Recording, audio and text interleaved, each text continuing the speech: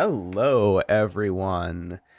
I hope we are all doing well because we have quite a thing in front of us.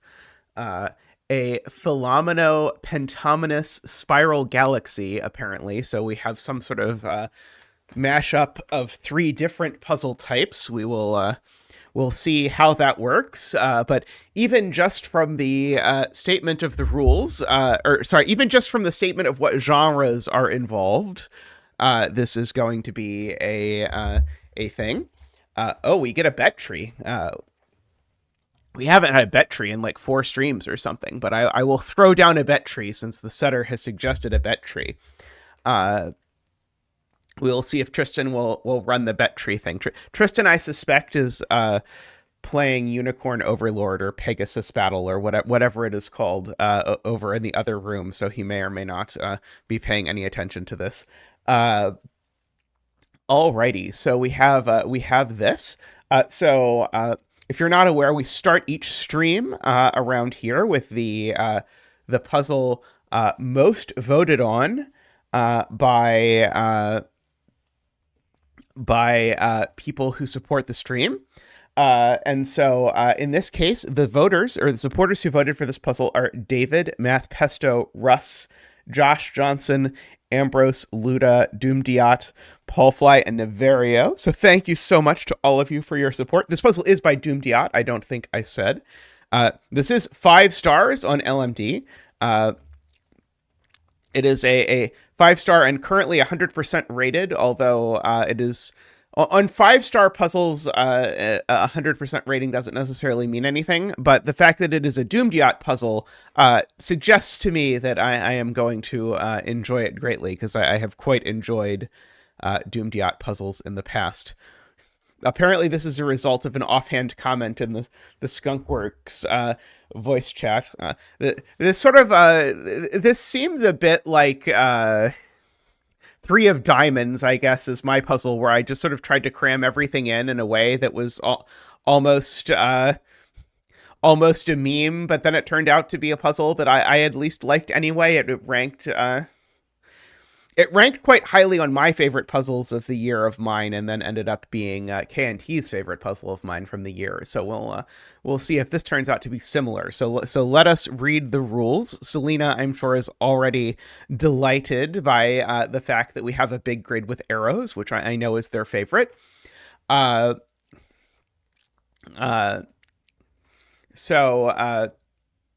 Let us divide the grid into a region of orthogonally connected cells so that no 2 regions of the same size share an edge, except for pentominoes. Okay, so we have Fillomino, except that the pentominoes can touch. That is less crazy than the thing I was imagining. There is a big bag of rule Sudoku. I do like big bag of rule Sudokus. Those are fun. So the pentomino part is telling us that this 6, for example, is part of a region of size 6. So it could be like that region of size 6, in which case then we'd sort of draw in all of these borders, and then we would fill a 6 in all of these. So in particular, for those of you who are usually here for the Sudoku part, although I guess nowadays I actually do sort of a fair mix, but I know I do sort of still more Sudokus. This is very much not a Sudoku, because the 6 size regions are all going to have 6s in them. So this given 6 is telling me this is part of a 6. These given black borders are telling me that this is a border between ominoes. I do like that this is given on a dashed grid, so that we can actually draw in the things. I learned that trick from Jovi, that for pencil puzzles, often the dashed grid is actually better than the lines, which is very true, both when solving it. All right. So also, you can't have ominoes of the same size touch. So I can't have the 6 touch another 6 orthogonally. Touching it diagonally is fine. Also, there's a problem with this hypothetical 6. But if this is a 6, this couldn't also be a 6 up here. However, in this version, because we have pentominoes nonsense going on, The fives are allowed to touch fives. So we are allowed to have pentominoes touching pentominoes. uh, uh, excuse me. So then we have pentominoes spiral galaxies. Gray dots represent the centers of galaxies, which are groups of orthogonally connected, non-overlapping pentominoes. So each galaxy is 180 degrees rotationally symmetric around the center dot. So we're getting stuff like that is sort of the sort of symmetry that we're talking about, although it would be across the dot. So you always have sort of the center of the axis of symmetry is always given, but it has to be, but each galaxy has to be made of pentominoes. Galaxies may not touch each other orthogonally, but may touch diagonally. Galaxies may have holes, including at their centers. Oh my god, dumediat, what is wrong with you? Provided they follow all other rules. Okay, that is the most psychopathic parenthetical I have ever seen in a rule set. I think I don't know that I have ever seen a more more pathological statement, including at their centers. Good lord. Not all cells in the grid belong to a galaxy, but all pentominoes are in galaxies. All dots are given, which is to say there are exactly 4 galaxies in the grid. No pentomino shape is used more than once, counting rotations and reflections as the same. Okay, so it's not, so in normal pentominoes, you just can't have 2 pentominoes of the same type touch. So this is like an N or something, or an L or whatever. You can't have that touch the same thing. And this one, you just outright can't use the same pentomino more than once. So I think there are 12 total pentomino types. We can use at most 12 pentominoes. So at most 60 cells worth of pentomino.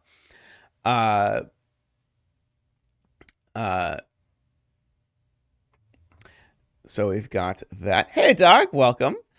Numbers placed on arrows refer to the total number of pentominoes seen in the indicated direction or directions to the edge of the grid. If a cell with multiple arrows points to the same pentomino more than once, that pentomino is only counted once towards the cell's total. Is it the Naverio Pentominoes puzzle, Selena? I did see one of those. I don't consider this rule set pathological. I just consider the statement that the hole doesn't have to be in the, or that the center of the galaxy doesn't have to be in the galaxy to be pathological. If you just omitted that part, I would consider this, and I guess this is a statement of how far we've come. If you just omitted that, I would consider this a fairly tame rule set. But anywho, so we've got pentomino counting arrows, and we're counting each pentomino once, right? Okay, and we're just counting each pentomino once, not the number of cells in pentominoes. Okay. So it is well worth, at the very least, sort of hunting for arrows that can only be small numbers. So, for example, this is a 1 or a 2, because it sees at most 2 things. Uh-oh, yes, our bet tree did disappear. It was row 9, column 4 before, so we can restore the bet tree. This is also 1 or 2. This is 1, 2, or 3. This is 1, 2, or 3. Let's see. And now we can ask ourselves questions like, could this really be a 3? And I don't think this could really be a 3. But I'm not 100% sure about that. But it doesn't seem likely to me that this could really be a 3. And for that matter, it's going to be really hard for this to be a 2. Actually, I don't think this can be a 2 because of the given 6. Oh, maybe just. So if this were a 2, I think it would almost have to look like that. I think there's almost no other options, but I think that is possible, annoyingly, if I try and make it even with the 6 here. Yeah, I was thinking that, Selena, was do I want to start coloring cells that are definitely part of a pentomino and definitely not part of a pentomino? Because I kind of do. Like all of these are definitely not part of a pentomino. That's definitely not part of a pentomino. That definitely is part of a pentomino. I suspect this coloring is not going to survive. Let's see. This one is at most 4, so it's definitely not part of a pentomino. This one is 1, 2, or 3, so it's definitely not part of a pentomino. Let's see. I suppose this could maybe very technically be a 5. Right. This is at most 4. That's true because it points at a cell that I know isn't a 5. So this one certainly is not. Good point from Paul Fly there. Okay, so as far as where this is what Jim was hinting at, this dot, its pentominoes can reach at most these cells. So if I sort of mark this in a red circle, I can just sort of mark that around and say that this galaxy, it can only make it to these cells, which annoyingly is like a 5 by 5 square. So I could have like 5 pentominoes in there, presumably. This one, if I go ahead and make that one, say, blue, this one, its extent is there. If I make this one orange, its extent is there. And if I make this one green, its extent is there. So every cell in the grid at least could live in a thing. And note, all of these are not borders between omninos. These are just markings of sort of like the biggest their corresponding galaxy could possibly get to. This is also not part of a pentomino, points out J40. Very good, because this is 1, 2, 3, or 4. And so any gray cell that's only in one square, we can mirror. That's true. So this gray cell is so this gray cell is only in the range of the orange at all, and so it can get mirrored up to here. This 6 is only in the range of this, so well, it can get mirrored as long as its mirror is only in one cell, but this 6 does get mirrored over to here, I believe, because the mirror cell is only in the blue region. Let's see.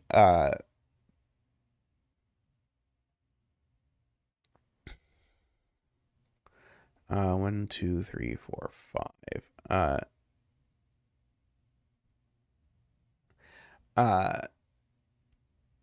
Let's see. Do I have any other grays that, let's see. Because annoyingly, those already, this one is only in green and that one's only, or sorry, only in, yeah, that one's only in green. So that one's only in green. So that gets mirrored over there.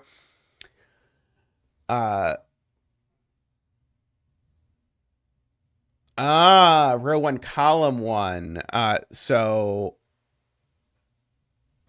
this cell, if it's a pentomino, it's in the blue galaxy and it would get mirrored to there, but that doesn't work. So this therefore is not a pentomino. And now that gives us our first digit, because now this can only be a 1. Great spot to Jay Dyer, and we can bring out Zach for our 1 dance. Ba-boop, ba-doop, woo! Ba-doop, ba-doop, wah! Ba-doop, ba-doop, wee! Ba-doop, ba-doop, ba-doop, ba-doop, ba-doop, ba-doop, wah! Thank you, Zach. Thank you. So that means this is part of the blue galaxy, and therefore this is also part of the blue galaxy. I'm going to unyellow the 5 because I don't know what galaxy it is a part of. But I do know that those are 5s. They count combined, but they also thing. Oh, galaxies can't touch. Oh, thank you for reminding me of a rule. So yes, so because galaxies can't touch, that's also part of the blue galaxy. That's also part of the blue galaxy. Good, good. Okay, and so now if I look at these cells down here, these can't be part of a galaxy because if those are part of a galaxy, they'd be part. Sorry, it's these. If these were part of a galaxy, they'd be part of the green galaxy, but they would mirror up to here, but these aren't part of the green galaxy. So those can be grayed. All right, I can draw in my border. This is a Fillomino. So we've got that. This is at least a 1, I can attest.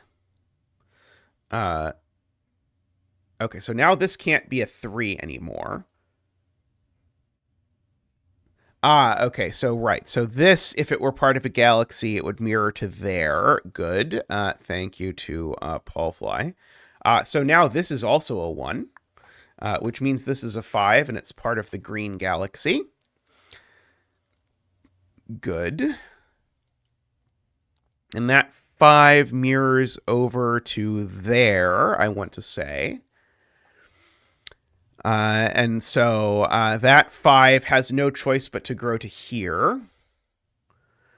Because it's got to grow and it has nowhere else it can grow. So that means the 5 goes over there. And now that's got to be gray because the galaxies can't touch. And that gray I can reflect both up to here through the blue galaxy, and I can reflect down to here in the in the green galaxy, I believe. Okay. So this still... Oh, no, sorry. This could grow there, right? This can... No, it can't grow there, right? This can't grow here, right? This green can't cross the red line. Because if the green crosses the red line, then the green galaxy gets mirrored over off into oblivion. So actually, those are actually extended, and these get extended. So we've got that. Are we told the galaxies are connected?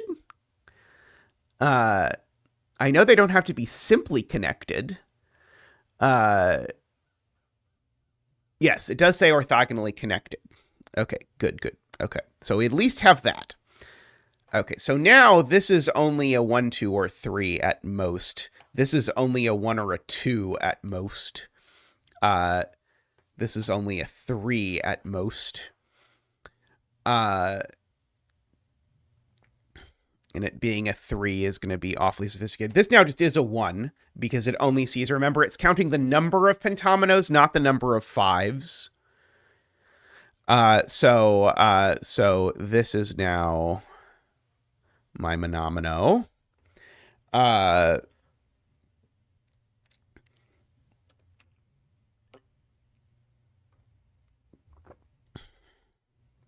Oh, I don't know that's a 1. Right. I do not know that's a 1. Correct. Because I don't know. Oops. Because I don't actually know. I've sort of tricked myself by using my instinct from Fillomino coloring, but I don't actually know whether this is a 1 or a 2, because I don't know if these are actually in the same pentomino. I just know they're in the same galaxy. Uh, all of this is gray, as someone in chat pointed out. So then all of this is gray, and this is all gray because the galaxies can't touch. And so that's all gray over there. Let's see. So we've got some of that. Oh, I guess this is gray because it's next to the blue galaxy, and the blue galaxy can't grow into it. And if that's gray, it must mean that's gray, right? Yeah, that's the mirror image. Yeah, blue at the top left has a bar here below it. So the blue certainly grows over to there, which corresponds to the blue growing over to here. Which is good. Hey, you voted for this big grid with arrows, Josh. So you can't complain about the big grid with arrows if you voted for the big grid with arrows. This now isn't a 3 anymore. Let's see. Row 7, column 8 reflection. Right. That one. How did I not get this one before? This one should have been a gimme a long time ago. But I just missed it.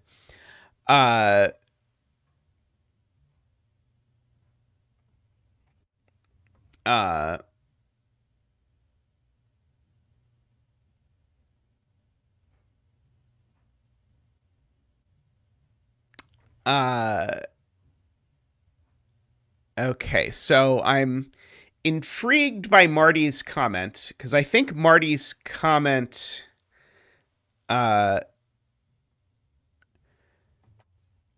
might be right, but I think I think J40 is right. I think this could be a V and a U, for example. So I don't think we know we've used the L.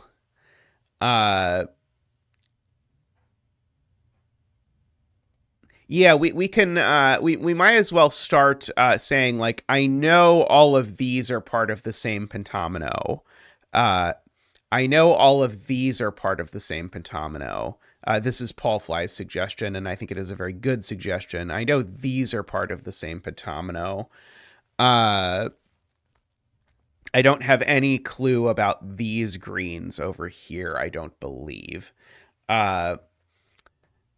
I'm suspecting that maybe my choice to put them in the color was not a great one, so I'm going to abandon that rapidly and do them in black, because I don't think the black is going to hurt anything. But I think it will hurt something if they are invisible. I can, I suppose, draw in... Oh yes, the X's on the border. I do like the X's on the border for stitching things together sometimes. I think that is a good choice. Oops. Now, I'll note, I think this is very unlikely.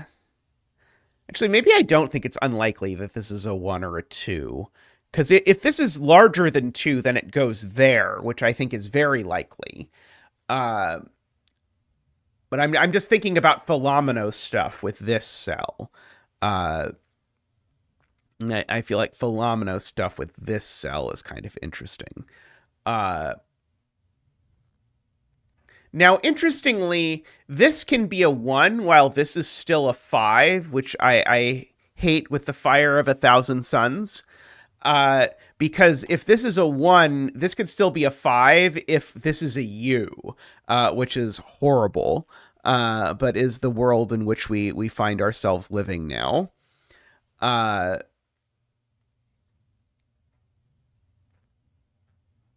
row 1, column 6 is 1 or 2. Right. This cell, uh,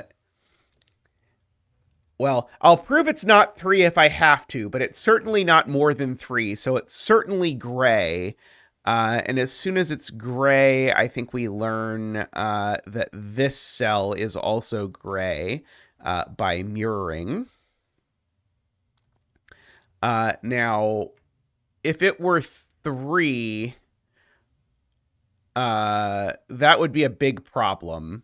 Yeah, I was going to try to prove it wasn't 3 as a separate thing. And so if it were 3, it would create bars in all of these places, which would be a big problem because this would be part of a 5. And then it would force this to have that shape, and then this would have no fill. So I can see it's not a 3, although it's not easy for me to see it in my head.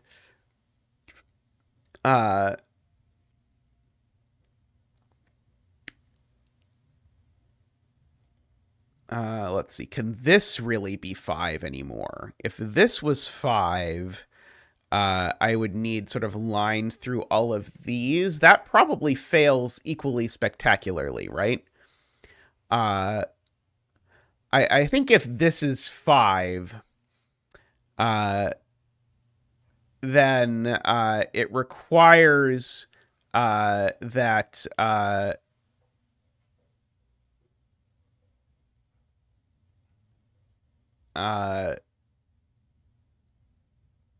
it requires that there's a bar here, so this would be forced to look like this. And I think there's no way that doesn't cut off this 5. Because of this, that these are sort of going to muck with each other. And remember, I actually do know these 3 are all one of the things. Yeah, exactly. Ambrose agrees that this cannot be 5. So this is 1, 2, 3, or 4. Certainly. And now that's good because it actually forces... In fact, actually, it now forces a T completely, right? There's nothing else that this could be anymore. So we've now got an actual T. I guess I can draw that in like that. So there we go. So no more T's. Not that I was particularly enthused about putting lots of T's in the grid anyway, but I can't put any more of them. Oh, that's right, and it gets reflected, right? Okay, so it does actually do something, which is the thing it does is to reflect this part, right? I'm making double sure that I am reflecting the right thing. Yeah, those are 5s. Okay, so now my 6 needs to grow a lot. Because it needs to get to 6 cells. Now this is assuredly only a 1 or a 2. Oh, well, it's certainly not a 5 anymore. And it's certainly not even a 4, because I certainly know that these 2 are part of the same omino because of that given bar there. So this is 1, 2, or 3 and is gray. And so if that's gray... That's gray. Oh, right. The grays from the 6 reflect. Oh, it's not 1. Right. It's definitely not 1. Good point. So the 6 here reflects to some grays over here. Which now grays these because I just can't fit a pentomino here and there's nothing it could be. And likewise, I can't fit a pentomino here and there's nothing it can be. So all of that gets grayed.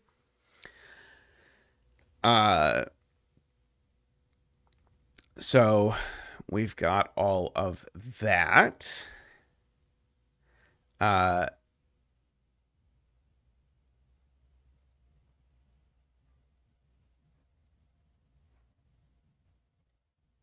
Right. This certainly isn't 4 anymore for lots of reasons, including the fact that the one below it is bigger. Row 7, column 5. Oh, if I not reflected row 7, column 5, I have not reflected row 7, column 5. That's good. So this pentomino comes over here. Thank you, Ambrose, which now makes that a 5, which then makes that a 5, like that. Okay, so now this is a... Oh, no, sorry. I was going to say, so now this is a 1, but that is not how that works. Okay, so now, as Marty says, now this definitely is an L, so now the green can't be an L, and so now we actually have to be very careful with our green. That can't be the next piece of this green pentomino, so this is a U. I actually kind of want to leave the bar in even though this pentomino is done, just because I think it will make it visually easier to see what on earth is happening. And so now... Oh, I guess I don't know that this now has to be a V because it could sort of start in either direction. But I do have to be careful with it. For what it's worth. Right. But I do know this arrow is 2, Paul Fly points out. That's very clever. Because it's not a U. The only way that this would be a 1 is if it was a U, and it's not. So it is 2. Very good. Okay.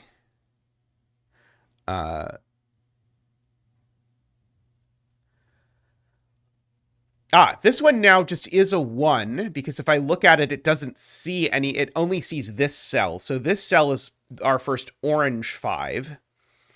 And that orange 5 gets mirrored over to an orange 5 over here.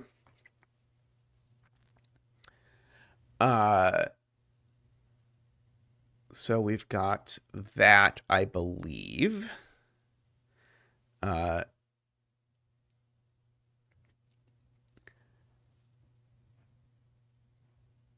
Oh, we need a pentomino piece in here.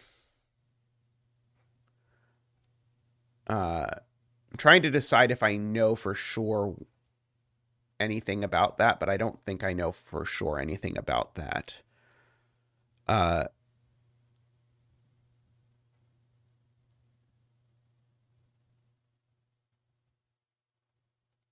Let's see. Emma says this can't be 5. Right. Wow, that's funny. This can't be 5 because if it was 5...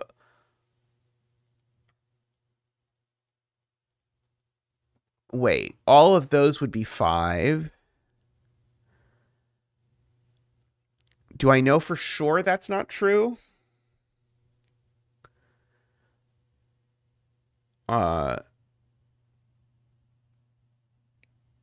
We should be trying to keep a count on the minimum number of pentominoes we can have used.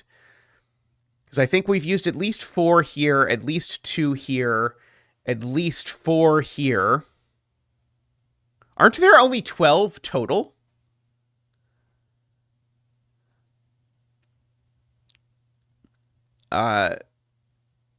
Because... Oh, right, sorry. Orange could be I. Right, sorry. This could be an I. But if you just sort of count, we're rapidly running out of pentomino room because we're going to need... Because I can't just finish this like that or anything like this. This is going to require at least 4, and I'm not even confident I could finish this with 4 pentominoes. I certainly need 2 more pentominoes to finish this one at least, and even that's going to be tight. I kind of suspect that I'm going to use 5 pentominoes in each of these and 1 pentomino in each of these. Oh, row 12, column 6. Oh, Emma was talking about column 6, not column 7. I see. I was trying to articulate why this couldn't be that. But this one definitely is not a 5. And it's not even a 3, because if it was a 3, this would be a pentomino with 1 cell in it, which would be a problem. Okay, there we go. So that's gray, which makes that gray. And now this is gray because I can't shove a pentomino in there and it would have to be green, which then mirrors up to make that that gray. That gets us some more border action.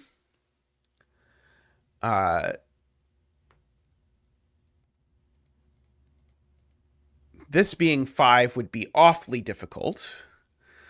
Now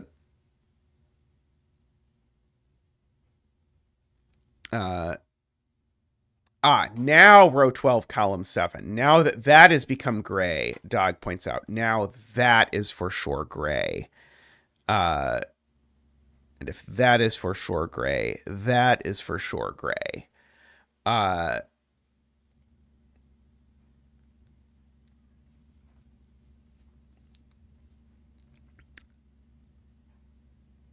Right. Okay. So J40 has a great spot, which is that both of these have to be green, because if either of these is not green, it would force this to be a U, and it would be a second U in the puzzle.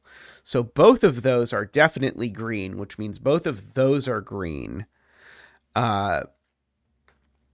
which is going to up, I think, my ante on the number of cells there are here. That was a very good spot. I need to take a real quick break. I'll be back in just a second.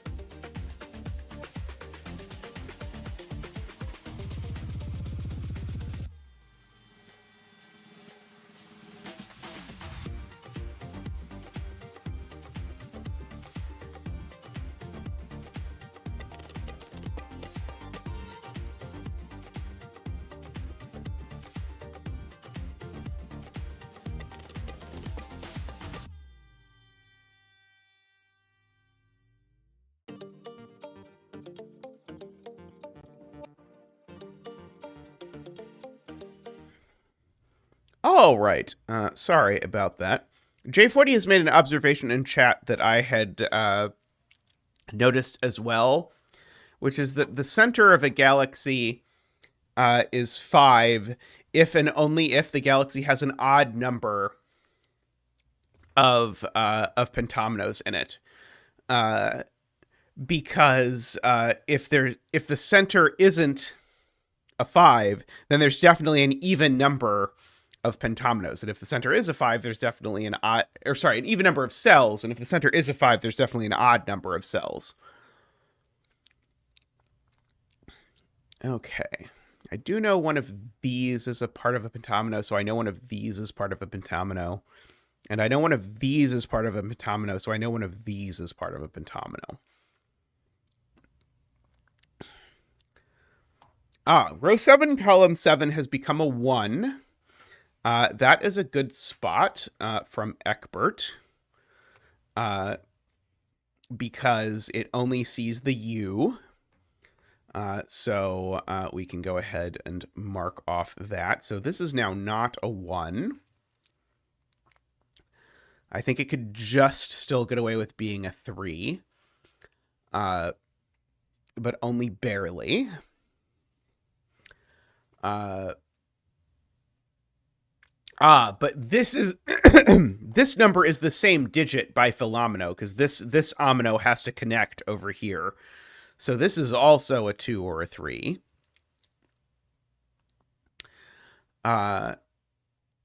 And so this number is now a 1 or a 2 because this is 1 less because it sees this pentomino and this one doesn't.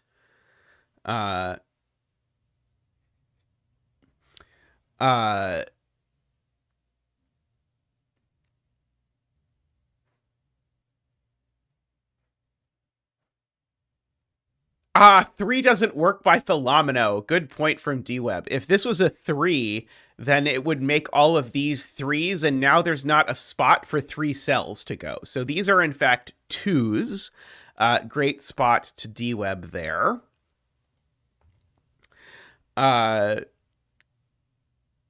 So this is, in fact, my duomino, which means this is a monomino by... Oh, the 3 could bend, right? Sorry, the 3 could bend. Darn it, yeah. It could go down, right? It could do that. Darn it.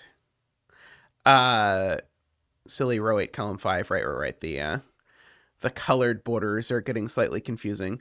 I think I can get rid of all of the colored borders except the corners without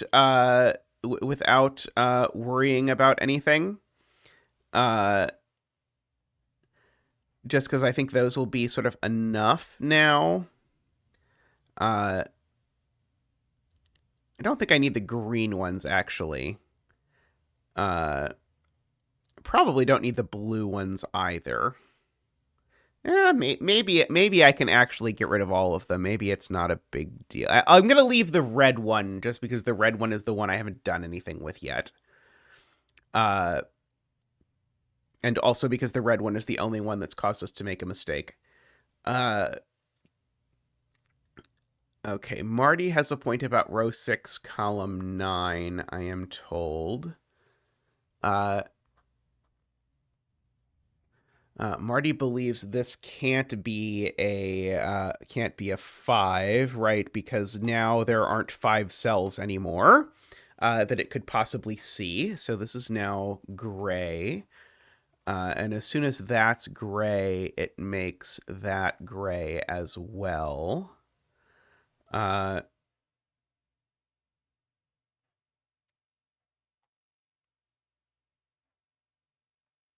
Wait, no, sorry, that's not true.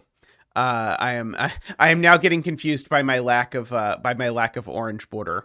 Right. That's not an orange. But it does reflect down here.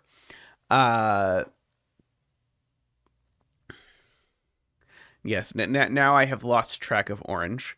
I do have a very hard time mirroring things in Spiral Galaxy, so I actually found the borders in there very helpful.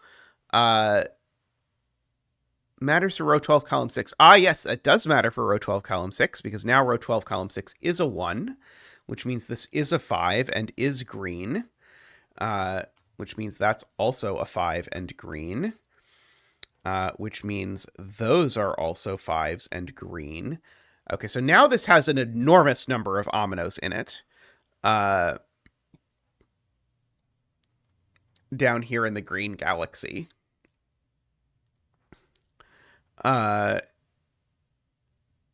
If I look at it, how many ominoes is this? Because now that's 1, 2, 3, 4, 5, 6, 7, 8, 9, 10, 11, 12, 13, 14, 15, 16, 17, 18 cells. But there's no way that I can finish this up with 2 cells, is there? Yeah, because if I try to finish this up in 2 cells, I'd have to put 2 V's in, I think. Maybe I can't quite prove that, but it looks like it's going to be 5, I think is probably going to be the number of pentominoes that are here.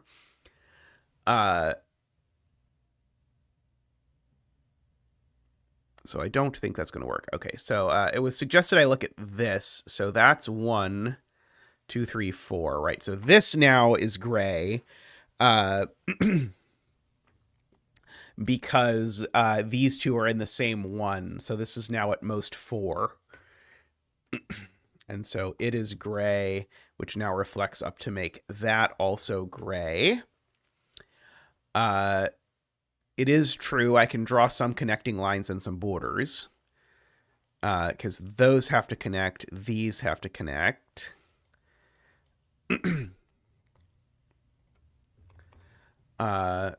Oh, it's true it's not 1, because it sees both this and the orange 5, and I don't think this U and that orange 5 connect.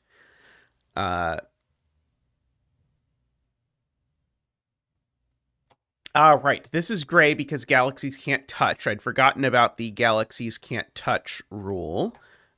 Good. Oops. Ah! There we go. Very good.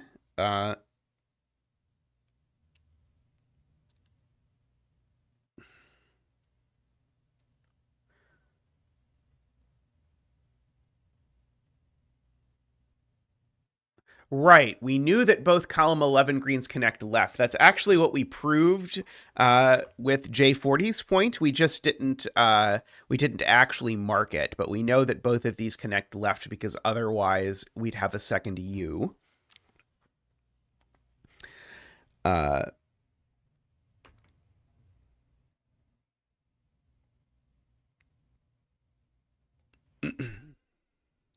If these don't connect, I think it breaks. Because if these don't connect, I think this becomes either an L or a U, and I've used both. So I think these two connect. You can tell me if you believe that is wrong.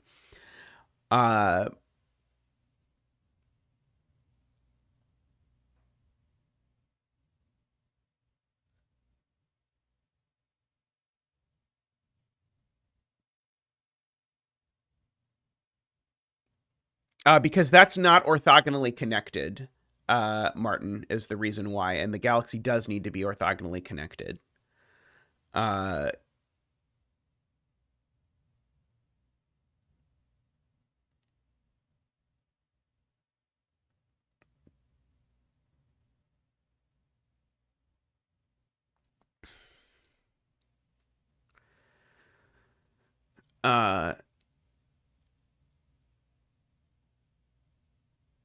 Oh, is it true that every possible cell makes us at 25? That's possible. 1, 2, 3, 4, 5, 6, 7, 8, 9, 10, 11, 12, 13, 14, 15, 16, 17, 18.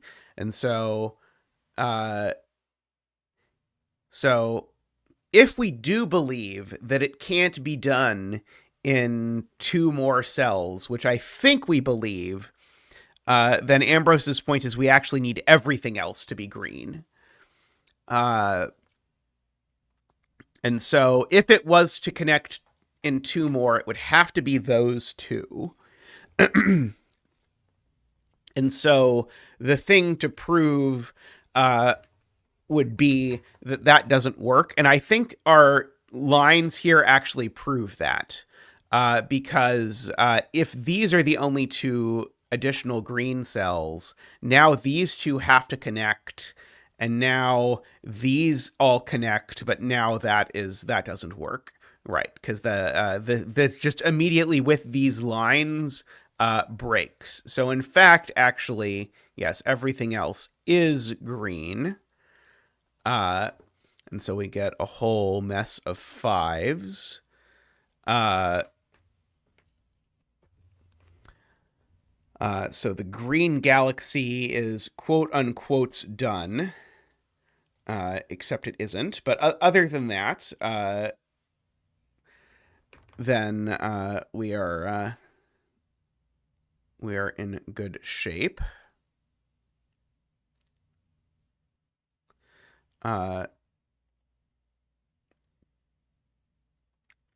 Okay.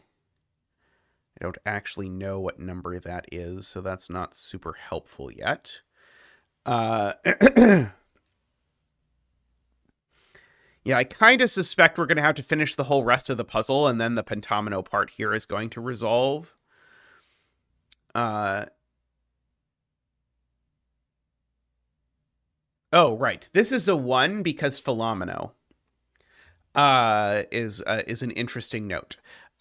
Because if this were a 2, it would need a second cell to go next to it, right? Got to think about the rules. So these two are part of the same pentomino, but now that must be the same pentomino as this pentomino. So I've got all of this sort of pentomino action happening. So this is either a Y or a P. Depending on its own proclivities. I am going to note this is definitely more than 1, so it definitely is going to continue at least that far.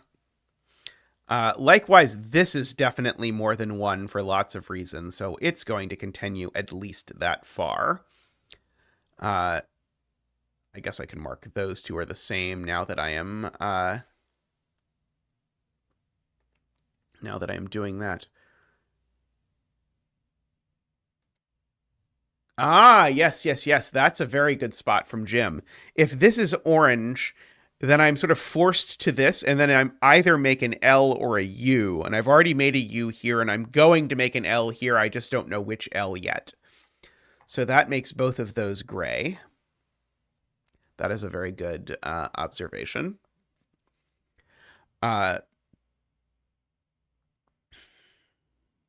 I do know one of these at least has to be only one pentomino, because I've got 5 pentominoes here, plus at least 4 pentominoes here. And so there's only 3 pentominoes at most left. So one of these is one pentomino, exactly. And maybe 2 of them are one pentomino, because this could also be 5 pentominoes. Although I don't know if there's actually enough space. 2, 3, 4, 5, 6, 7, 8, 9, 10, 11, 12, 13, 14, 15, 16, 17, 18, 19, 20, 21, 22, 23, 24, 25. There's exactly enough space for this to also be 5 pentominoes and have both of those be one pentomino. It looks like, if I counted that correctly.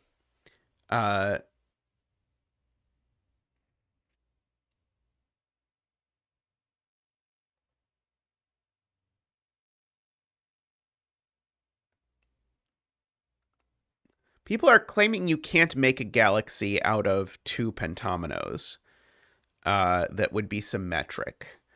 I don't think I believe that in general as a principle, but it's possible. It's possible that it is true specifically because of the pentominoes we have left. But you can definitely make something symmetric out of 2 things that are not symmetric. In general, that is possible.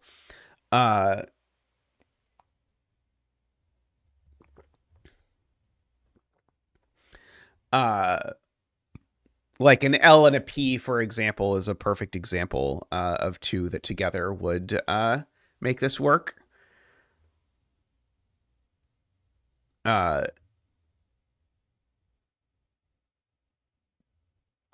but it's possible that we can do a proof by exhaustion once we know what's left. That this is not possible, but certainly there's no. It's certainly possible in general. Let's see. Uh,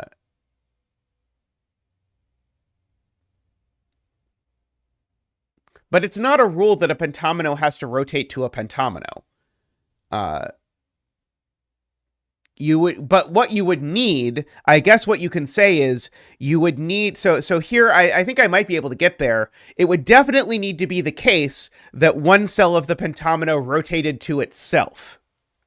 That's the only way it would work, is if something rotated to itself. And so if there's two pentominoes, then there's the center is empty. And so is the only pentomino that you can possibly draw where the center is empty that would rotate to itself a U, because we've already used the U. If part of the pentomino rotates to itself and I don't use the center, there's no way that it's anything but a U. Oh, V as well, or V, U or V.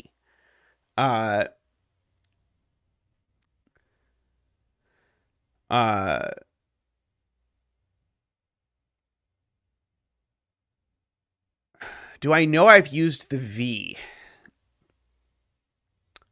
But I also have the problem that I can't use only one. I need two pentominoes that actually have this property, that they overlap in at least one, or that they rotate at least one cell to itself.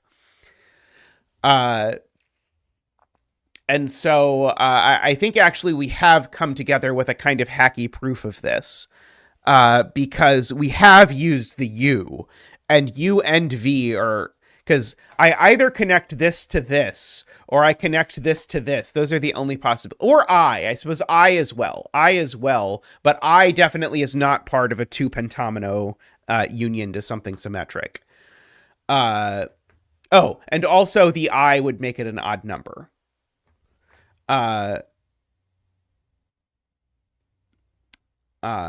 So I don't think rotating to itself means an odd number. It just needs a cell in common.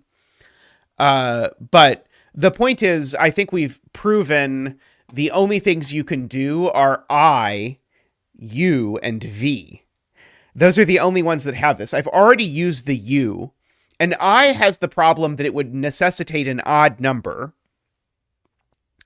And a V is the only one left. X also would use an odd number because it would use the center. So it's the without using the center part that rules out I and X and F and all the others. So I have to either connect that and that, or that and that, or that and that. And so you have to sort of say, like, those are the options. I can't connect these two or anything further apart. Those two I can only connect with a U. These two I can only connect with a V. But remember, I need two of them, so the only thing I could possibly use is V. So I now believe the statement we can't use two. It's not the fact that it's rotationally symmetric that matters. It's the fact the rotational symmetric is not relevant. It's that when you rotate it, it's possible for part of it to overlap itself. That's the part that matters without it going through the center. That's the thing that we're ruling out. So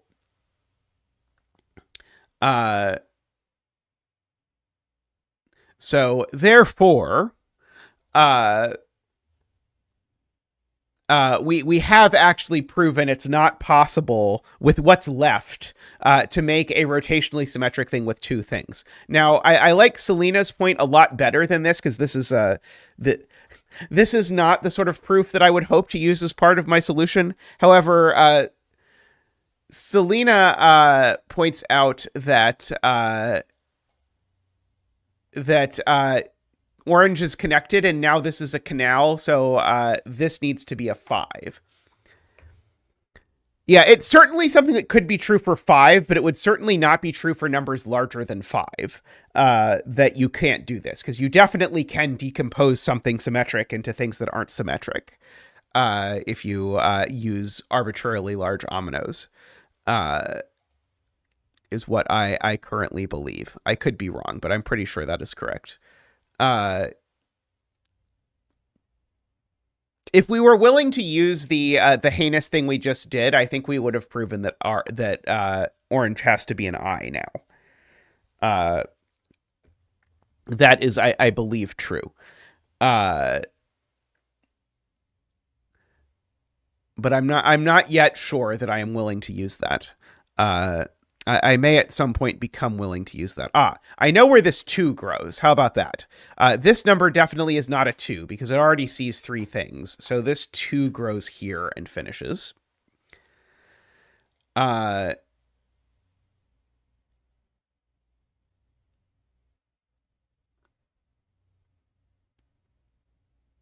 know orange can't use 3 pentominoes. I'm just not willing to use that orange isn't 2 pentominoes yet. Is the oh no, you're right, because we know it's odd, right? We know it's odd, so we do know, so we knew it was 1 or 2, but because the center is filled, we know it's 1 because the center being filled means it's odd. Got it. Okay, so this is a lone I. Got it. Okay, that is nice. So now all of this is gray. That is a very good proof. Okay, there we go. So we have all of that going on. We know this is at least 2. No, this is only able to be 3 or 4 for what it's worth.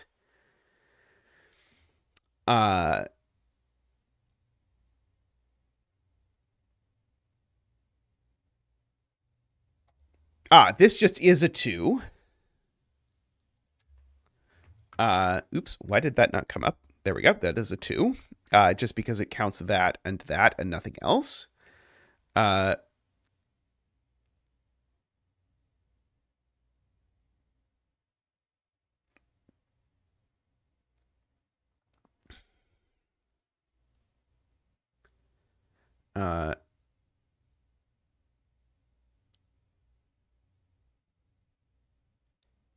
see.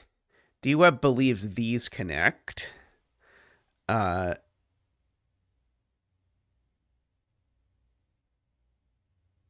there's no way.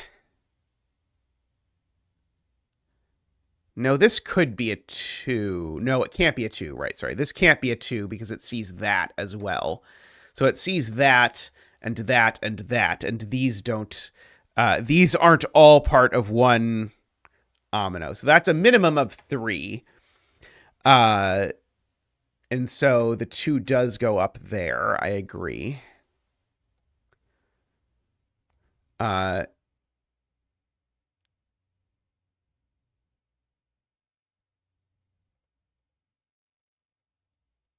This is a 2 now. I agree with that.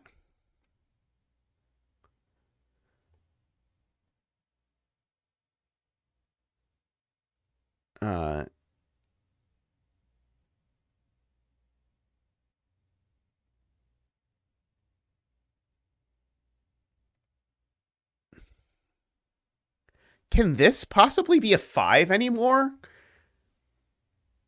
It could see... the only cells it sees... So...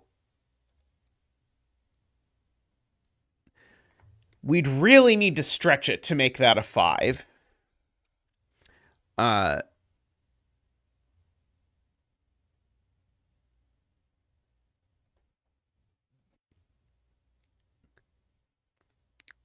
I do agree this is a minimum of 3.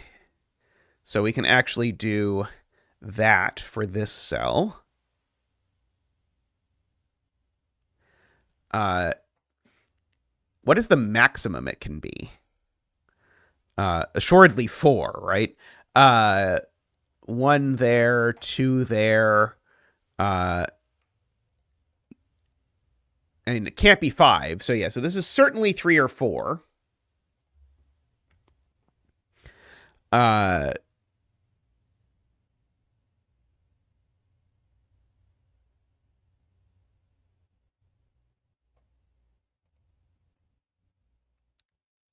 Yes, if red doesn't take the center, it disconnects it, right? So red also has the same red has the same trick as orange, where if this cell is not red, red now just is disconnected.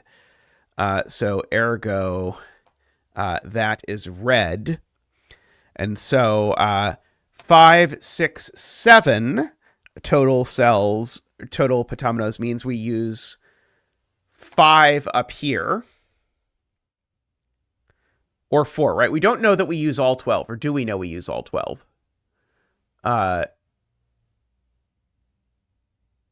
We certainly use 4 or 5.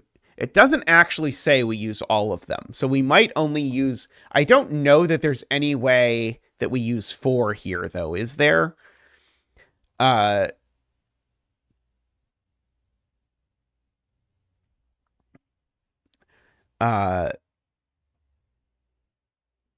It is true. That does do a lot of graying, J40 points out, because this cell, if it were reached, it would force red to be a second eye. And so that is that. And now this is just an isolated 3-cell collection. This we just can't reach at all if we want to use a 1-cell thing. So we certainly end up here.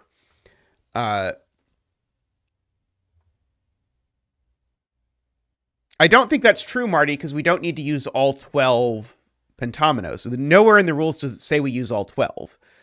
I struggle to imagine that it's possible to symmetrically complete blue in 4 without repeating a pentomino type, but I don't actually know for sure that's true, and proving it sounds like a pain in the ass. So I'm going to avoid proving it if I can, and hope that we instead get around it. This arrow is sad that no one is looking at it. I'm sorry, Selena. I'm glad that you looked at it. And in fact, this one actually as well, right? This arrow also.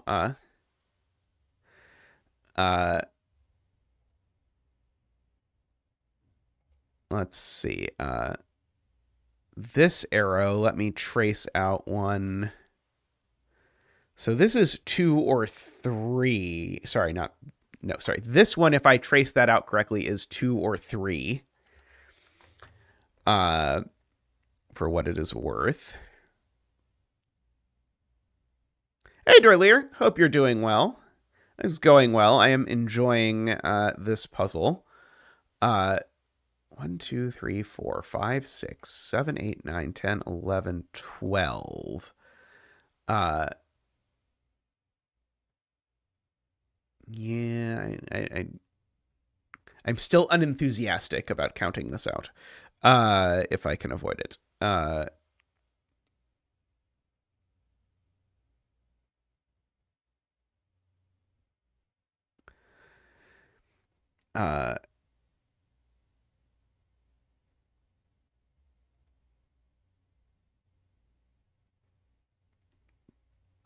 Okay, so if this is 3, then we end up with a pentomino going here and a pentomino going here. Let's try and imagine that. If this were 3, we'd end up with needing these to be 2 separate pentominoes, which would force that to go up there, that to go up there. And now this would be forced to go up here. And now the problem is that this is another I or an L. I do agree with that. So if this is a 3, then we're forced to have these being 2 separate pentominoes, and just by the geometry, this is forced to be an I or an L. So this is in fact a 2. I think I can get rid of the red corner now.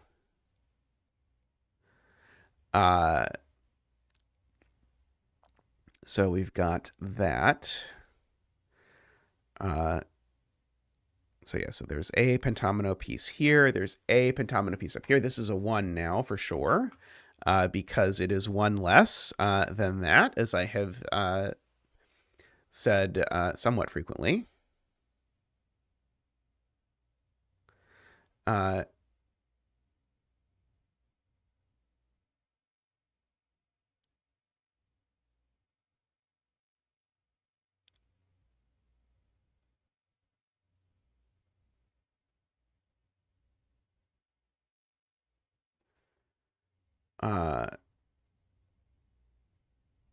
Okay, a few people are claiming, including Eckbert, that this can't be 2, because if this was 2, I'd end up with that omino and then this omino coming down here.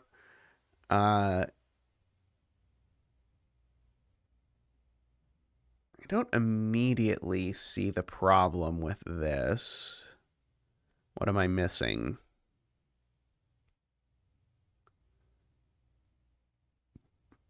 Yeah,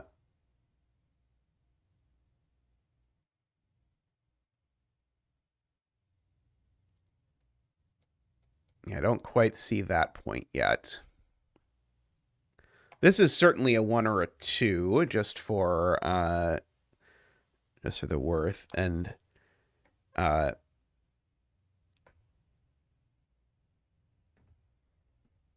if we finally reach the point where this can't be 5,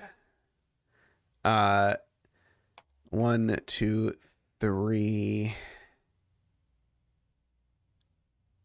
4, 5. Yeah, it being 5 would be a mess. I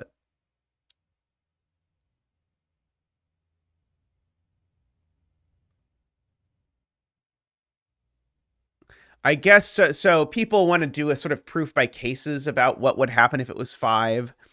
So if it's 5, the point is that these highlighted cells can't be in more than one pentomino themselves. Because either this is part of the L or it's part of its own pentomino, and in either case, these cells are going to be forced to all be in one pentomino. I just can't fit more than one pentomino in, and so that makes the maximum 4. So that does, I believe, rule that out. So then we rule that in and that in and that in, which rules that out, and that in and that in and that in, and this in as well, which gives that in as well. So that is a lot of 5s. Yeah, I was trying to do that earlier. It was a little grindy earlier. It was still a little grindy at the end, but it wasn't too bad at the end.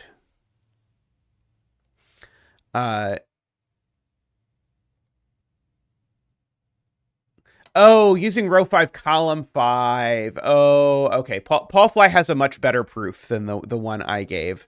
So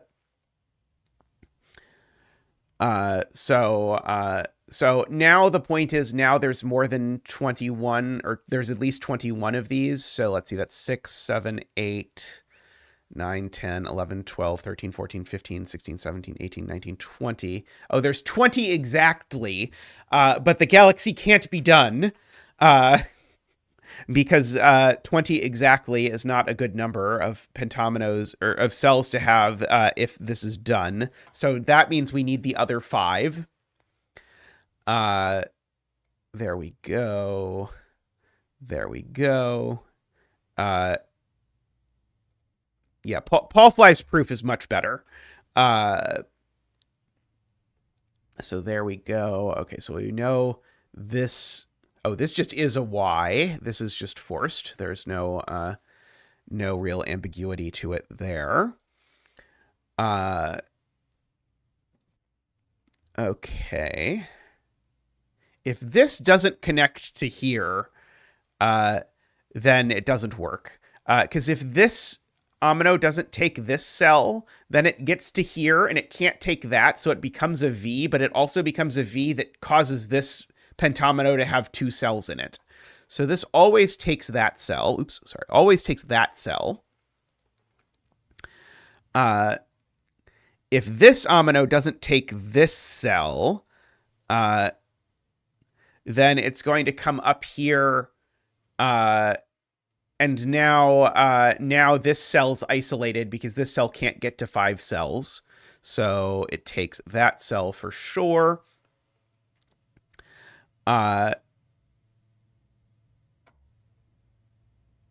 is going to be an F and a Z, maybe.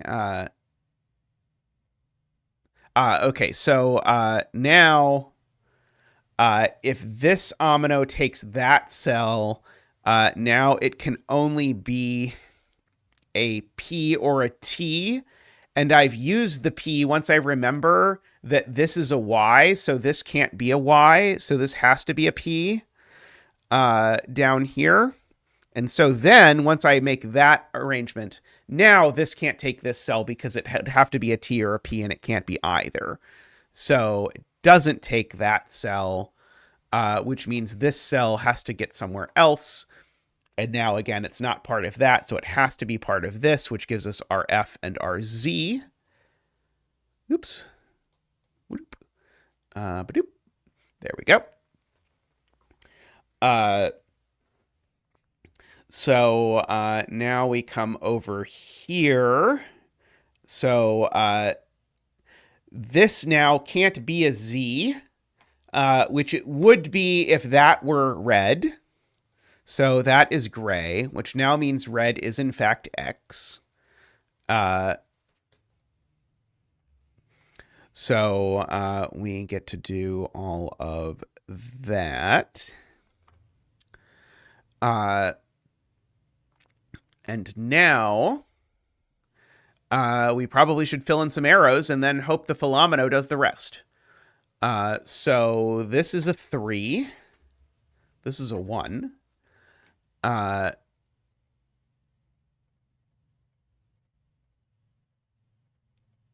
This is some number. This number now is a 3 by Fillomino. That's the point. Because, oh, well, Dog, the point is I think I'm going to need the Fillomino to finish filling out green. Because this is now not a 1, and it's not a 3, or it's not a 2 either, because if it was a 2, it would put a 1 next to a 1. So this has to be a 3. And as soon as that has to be a 3, that tells us that there's exactly 2 ominoes in these 3 cells. So either this joins this, or this joins this. However, this joining this is not acceptable now, because if it joins this, it has to become a T or an F. And being a T or an F are both bad because we've used both of them. So these can't, in fact, actually join. So in fact, this has to join over there. And now these can't join. So now this has to come down like this. They still can't join. And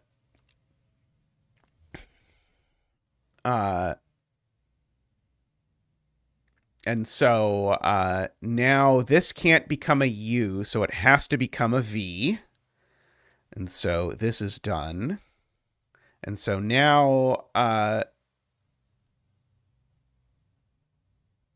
now this is an N and this is a W. Did I screw up my logic there somewhere? I thought everything was good there. Maybe I was wrong. Yes, this was all about the 3 clue. That was the whole point of all of this, was that we needed the Fillomino do the pentomino for us. So that's a 2. So it doesn't connect there, so that's a 2. Like that. This number, 1, 2, 3, 4, this number is a 4. So that is good. Oops. So that is a 1. This number is a 3 now. This number is 1, 2. Wait, what? Oh, 1, 2, 3. Sorry, there's a 3 over there. Sorry. I missed the orange, and I was like, wait, what? I broke it. This number is a 3. This number is a 2. This number is a 6, I think. 1, 2, 3, 4, 5, 6. Yes, that number is a 6. This number is a 3. This number is a 2.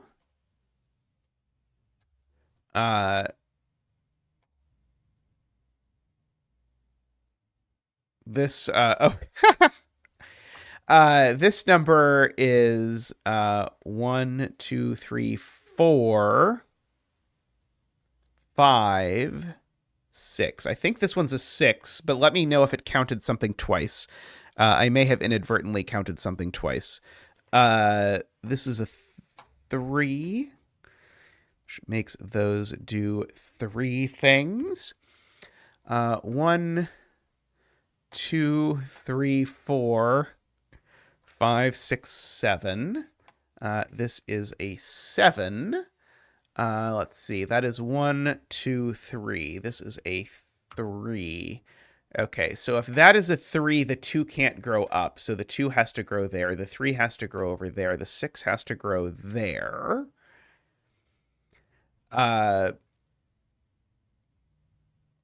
So we've got that. These 3s can't touch each other, points out Paul Fly. Because if they do, now I've got these 2 cells, which can be neither a 1 nor a 2. So that is going to be pretty forcing, because now those are 3s, and so now this 3 can't come here. So those are 3s, and these are 1s. This has to connect out, by the way, because of that. This is done up here. This 6 is got to get out at least that far. In fact, actually, at least that far. Oh, and it can't take that cell, because that cell would cut off the 2. So that is, in fact, the 2. And that's the 6. And that's that 2 now. This 6 has to come down now. So this 3 has to come down. So that's a 6 and that's a 1. Now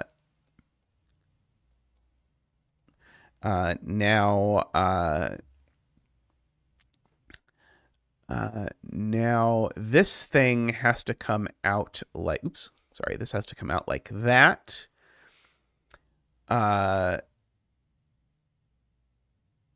The 7 needs to 7, but that's going to lead to problems if I fill it in now, so I can't. So, this 3 can't connect to this because it would touch another 3. That's the point. So the 3 needs to go up here.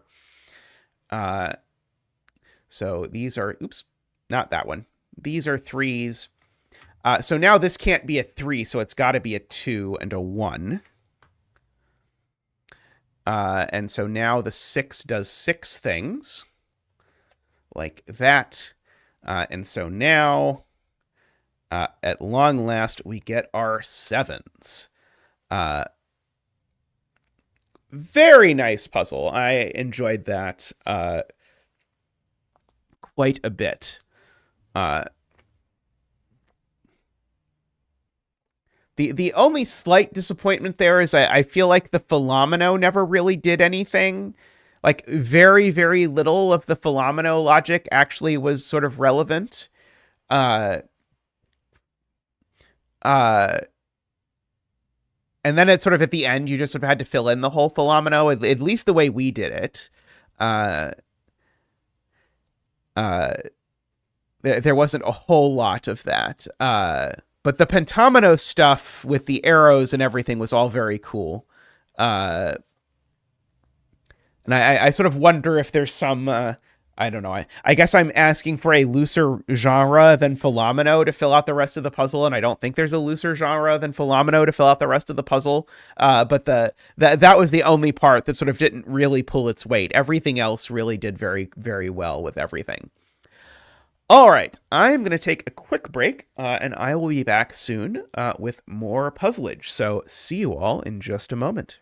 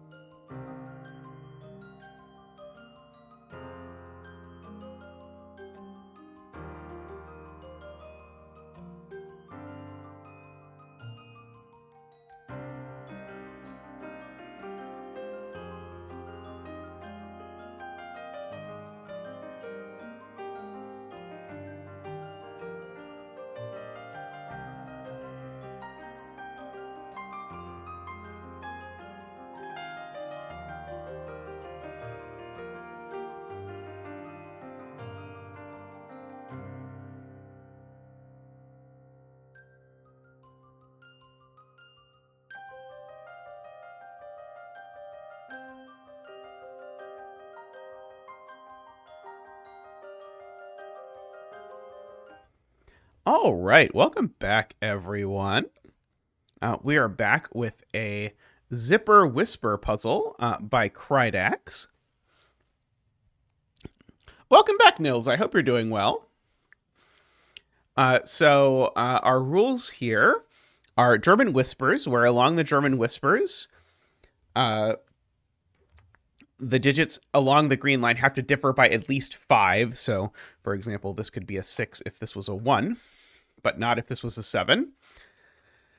And these purple zipper lines, and it's funny how many of these zipper lines could have been arrows, but along the zipper lines, the bulb has to be the sum of things equidistant from the center dot.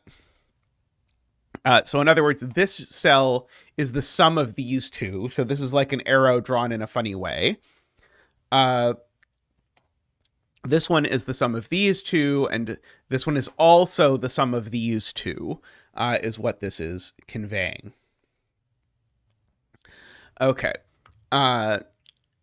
So that is the puzzle, and this is, I should mention, is by Krydax, who has started setting again. It had been a bit since Krydax had made a Sudoku puzzle. Krydax is a Factorio streamer that I am particularly fond of, as well, and also a math teacher, I believe, if I recall correctly. Oh, hey, Krydax. Krydax is here as well. I'll start by noting these two have to be the same high-lowity, and if it was high, it would be a big problem. So they better be low, and so this one had better be high. However, this is a high-low pair, and so this number certainly needs to be 6, 7, 8, 9 itself. Sorry, 7, 8, 9, because one of these numbers is at least 6. I don't know which one. Likewise, one of these two numbers and one of these two numbers are each at least 6. So this is also from 7, 8, 9. Same idea. Along this little rib cage area, we have something sort of coloring-wise that's interesting. Whereas these can't both be the same high-lowity, because if these are both the same high-lowity, then it means that these are both the same high-lowity, but one of those would be double high. So that doesn't work. So in fact, actually, if we sort of yellow-purple color this, we know the high-lowities work like that, which actually gives us just straight away a 7, 8, 9 triple by the same logic. That we know one of these is at least 6, so these are certainly 7, 8, 9. So one of these is a 7, and I actually know this one can't even be 7, because neither of those could be 6. So this one's certainly 8 or 9. And so I actually know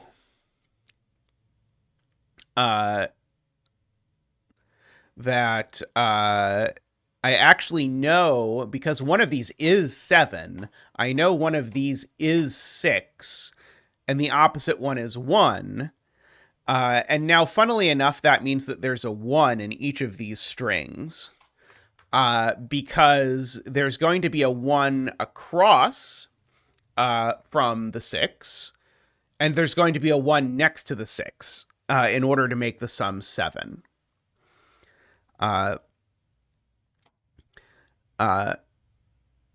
I see coming over here. I see the one pointing there, but I don't see what the one pointing there does immediately. Oh, it does. Okay, I see it now. Okay, dog sees it, right.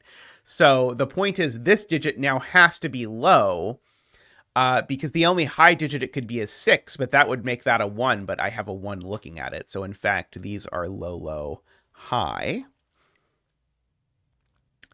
Oh, and one of these two is low, which is very interesting. So one of these is low and one of them is high. People are very excited about noting that this can't be a 9. I will give them that, because 9 is 4 plus 4 is the most this could be. In fact, This is a 9 because one of these definitely is a 4, because if neither of these is 4, then the most this could be is 6. So, in fact, this is always 9 because one of these has to be a 4. So we can bring out Zach for the 9 dance. Ba-boop-ba-doop. Whoa! Ba-doop-ba-doop. Whoa! Ba-doop-ba-doop. Wee! Woohoo! Thank you, Zach. Thank you. Yeah, Zach has been putting in a lot of 9 dances lately. So one of these, so I can now corner mark the 9 in the box. Very fancy. Okay, and I can say that these are from 3-4. For sure.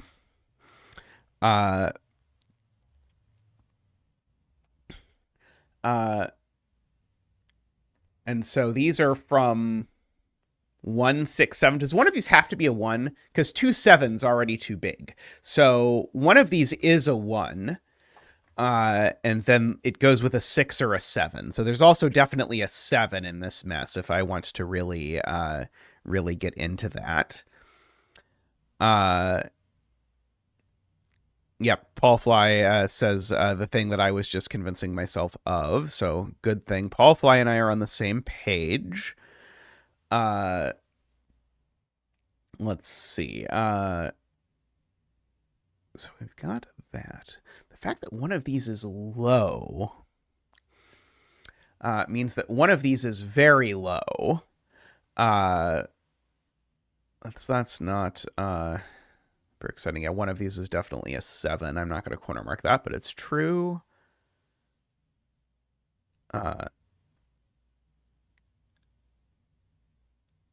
That's a good question. Yeah. Okay. So Naverio asks where this goes in box 5, which is a good question, because I certainly am not putting.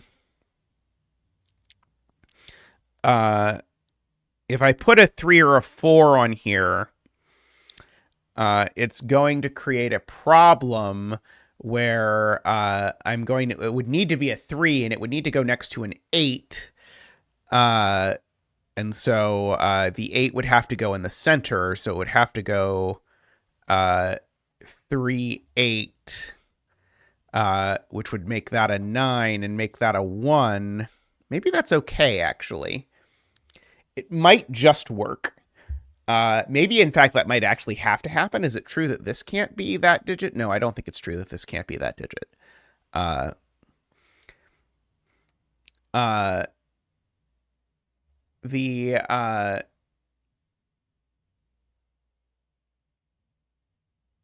low digit that's the sum here is, I guess, at least a 2. Could annoyingly be 1 plus 1, couldn't it? I think it could be 1 plus 1. Hey, Blackjack.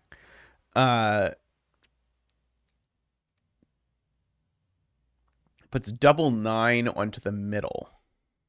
I don't know what the middle means here. The 6 does go in the 7 sum, I agree. Let's see.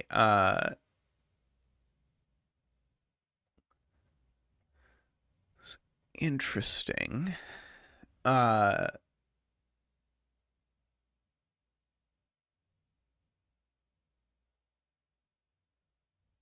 3 plus high can only make 9. Right. Okay, right. So the 3,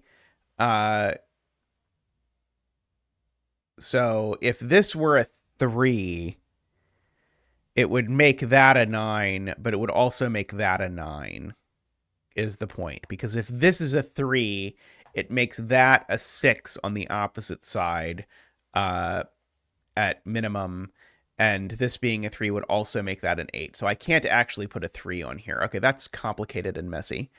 But anyway, the point is that does make this the same 3, 4 over there. I don't think does a lot, but it is a cute. I always like to ketchup and relish things when possible. Uh, uh,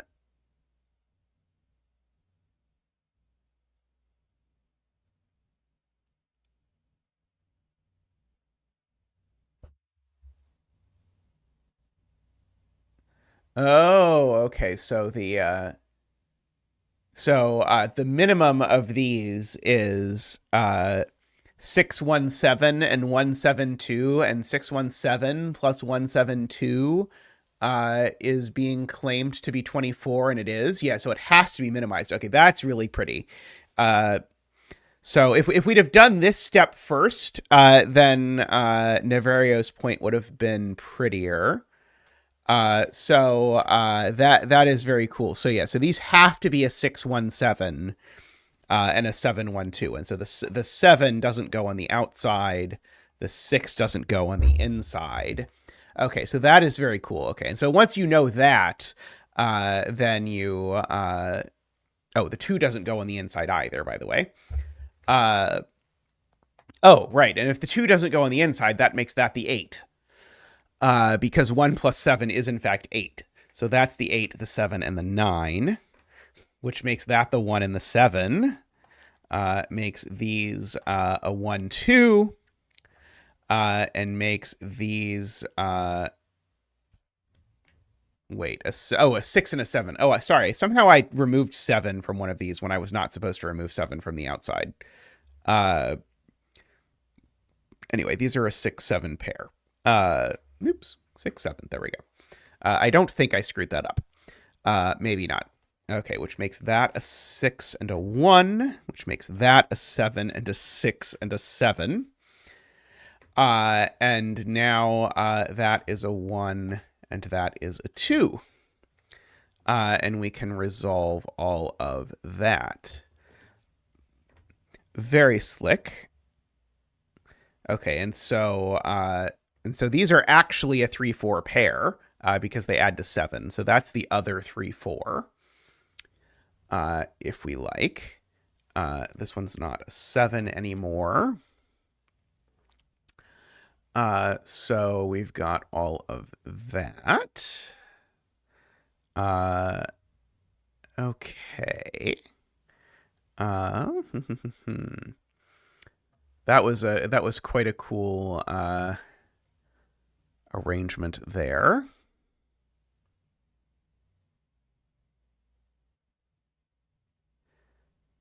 Ah, right. This is a 3 or a 4 because it's not 1 or 2, points out Ambrose. So this is the 3-4x actually. So now this digit is a naked not low, right? I go ahead and put in my coloring. Because this sees 1, 2, 3, and 4. So this is high and that's low.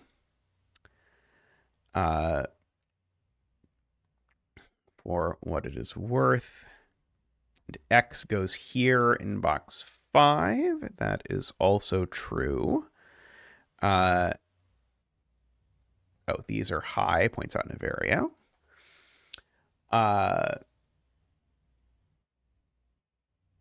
This can't be high because if this is high, then it would be an 8. But that would make that be a 1, but it can't be. So, in fact, that's the high and that's the low. Good. Let's see. So the only way this just can't be the low one. That's cute. Because if this was low, that would also be low. By how sums work. So that is low and that is high. And if this is low, that is also low. For what it is worth. This is an 8 or a 9 for multiple reasons. Oh,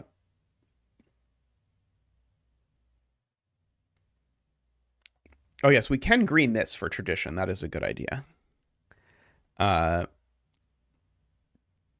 Priorities, right?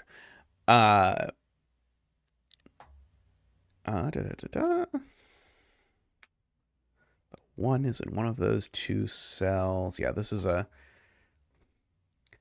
Annoyingly, this can still be 1 plus 1. And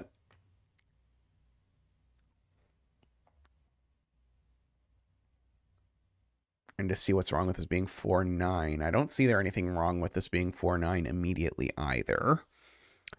Okay, this can't be as high as 4, though, if I look at it, because that would put a 9 there. So this is certainly from 1, 2, 3. This is also from 1, 2, 3, actually, for the same reason. If it were 4, it would put a 9 in one of those 2 cells, and it's not allowed to.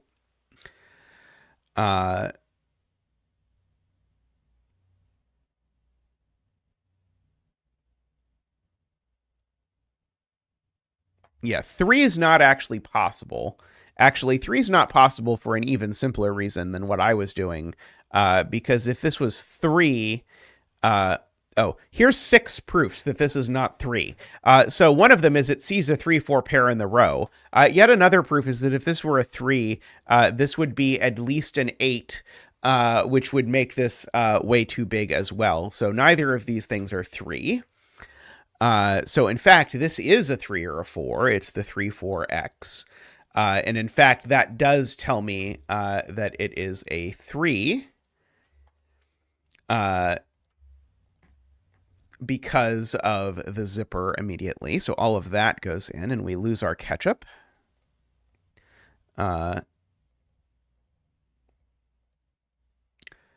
So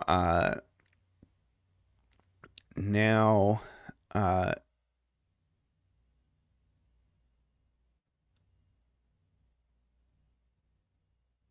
4 goes on the whisper with a 9. Very good. So that is an 8, which is acceptable, which makes that a 6, which is acceptable. So let's see. So there's a 7 down here somewhere, as of yet to be known. Let's see. These are 4, 5, 7 is what is left. That's not a 5. That's not a 7, for what it is worth. You had to sauce this exact shade of green. Wonderful. Yes, 9 in box 2. Very clever. Yeah, so 9 in box 2 now certainly doesn't go on the tip of one of those things, of a zipper. So that is a 9. One of these is now 9. This is either 8 or it's pretty small. I guess it's a bare minimum of 5 because neither of these can be 1. So it's a minimum of 2 plus 2, but it can't actually be 4. So this is 5 or 8, actually, are the only things it can be. 1's actually placed over here, points out Navarro. No, it is not. Good try, though. 1's actually placed here, which makes that an 8.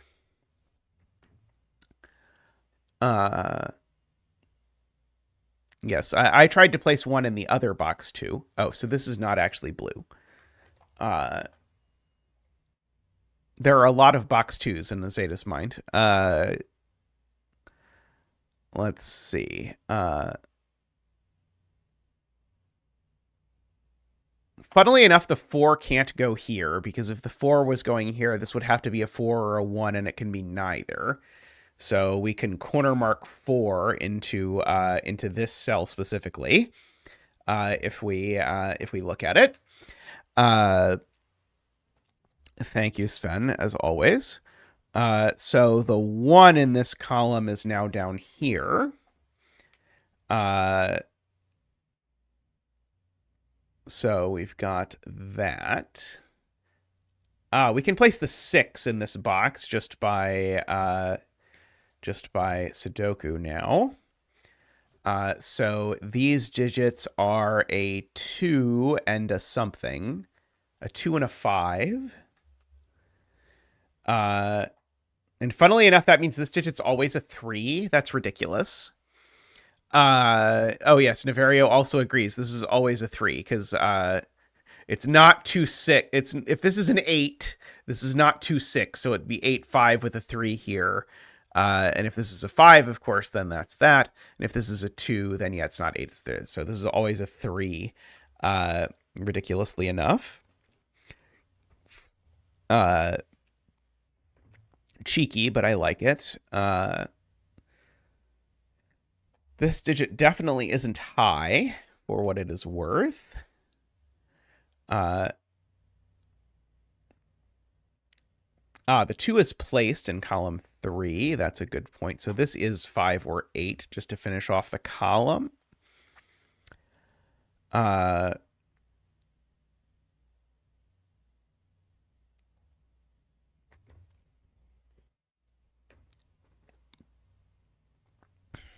Okay, so this is a 7 or an 8 for what it is worth. And this is also a 7 or an 8 for what it's worth. Because if this were a 6, the sum would be 7.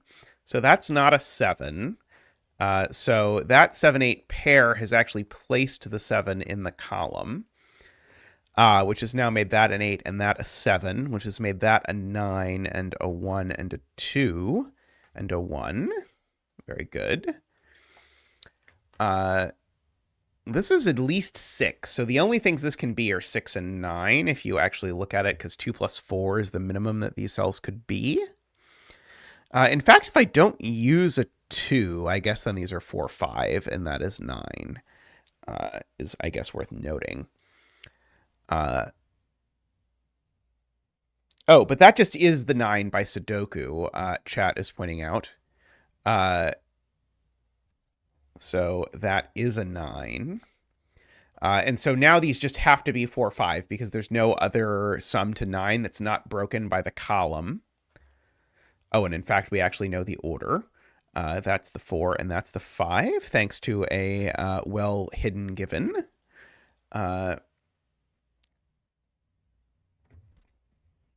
So, oops. So we've got 8, 5, 2, 5, blue, green. There.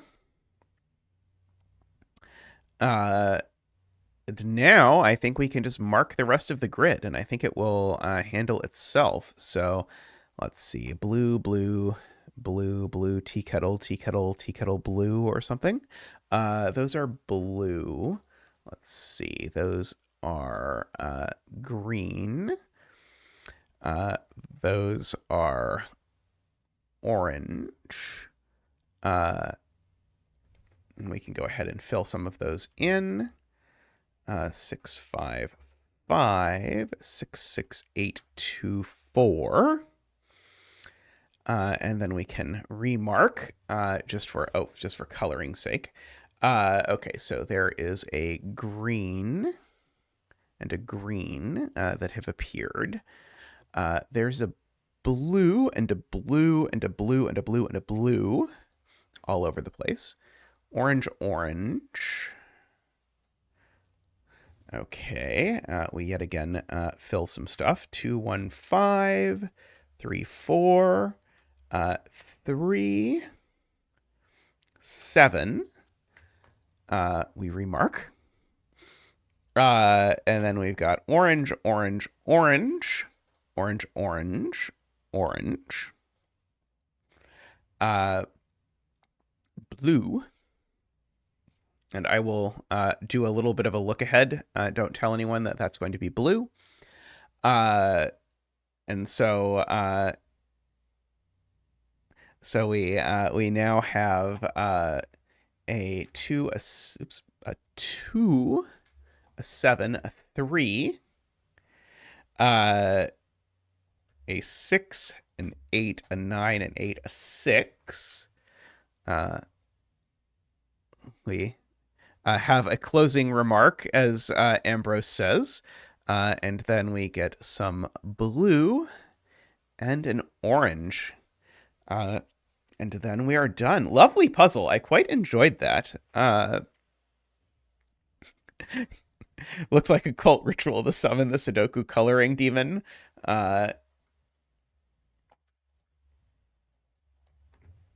Is the Sudoku coloring demon really a bad guy? Uh, Very cool puzzle. I liked that. Uh, there were a lot of cool steps in there. That was a very carefully put together grid. I can see why you were particularly proud of this one. Uh, Very cool. I'm going to take a quick break, but I will be back shortly with more puzzleage.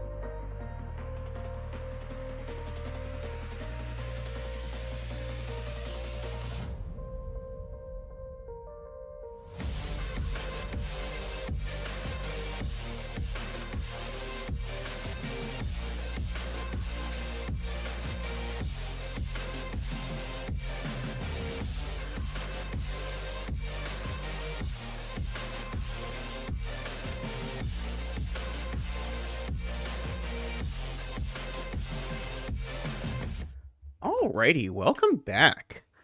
Next up, we have this Hungarian tapa by Kodak. So let us have a look at the rules of this. Normally this is a Naverio genre, but we have a Kodak puzzle doing it. So we need to shade some cells so that all shaded cells form one orthogonally connected area and no 2x2 region is entirely shaded. And each row and each column contains exactly 6 shaded cells. So we have that. Place the digits 1 to 6 into each shaded cell such that they appear once in each row and column. And clues indicate the sums of the numbers of consecutive shaded blocks in the up to 8 neighboring cells. So tapa, whether it's the Hungarian variety or otherwise, is concerned about strings of shaded cells around a central pivot. So in the 8 cells. So in this case, if it were shaded like this, what this would be saying is these sum to 11 and these sum to 11. So that is how tapa works. If there's more than one number in a cell, then there must be at least one unshaded cell between them. Yep. Okay. And digits may repeat in individual sums. Clues cannot be shaded. So we can start by doing a big, glorious unshading of all of those. And now I can also say this has to be unshaded, because if this were shaded, it would need to have a 10 in it. And that is not a valid number to fill there. So this is not a 10. So we've got that. Now this is going to have to be shaded because that 10 is going to need at least 2 cells. I might be able to do it in 2 cells. I might do it in 3 cells. Oh no, YouTube is jumping you back 30 seconds for no reason. Wonderful, wonderful. Let's see, have I dropped any frames today? I've dropped 55 total frames today, it turns out. 19 is going to need at least 3, so that's always going to be shaded regardless of how that gets distributed around there. Yeah, YouTube, always reliable. The 6-6 is kind of interesting. I don't think I can quite force anything out of the 6-6 yet, but it is noteworthy.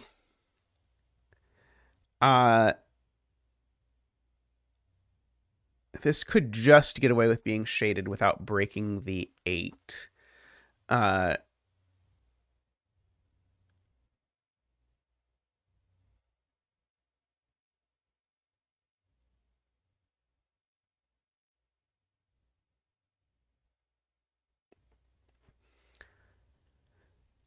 Okay, so is the claim that 656 isn't enough? Yeah, 656 isn't enough. That's right. So yeah, so these are also have to be shaded is people's point, because if I didn't shade this one, I'd be stuck at a most 656, which is not enough.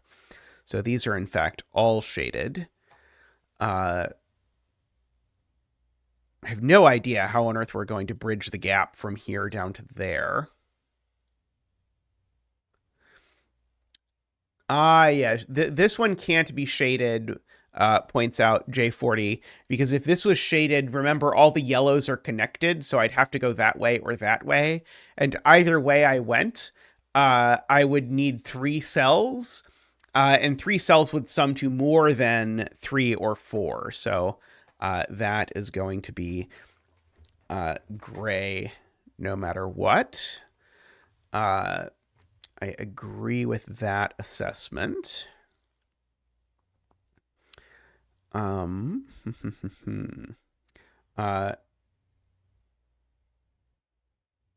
Yes, you need to place all of 1 to 6 in every row and column, because there's exactly 6 yellows in every row and column. I agree with that.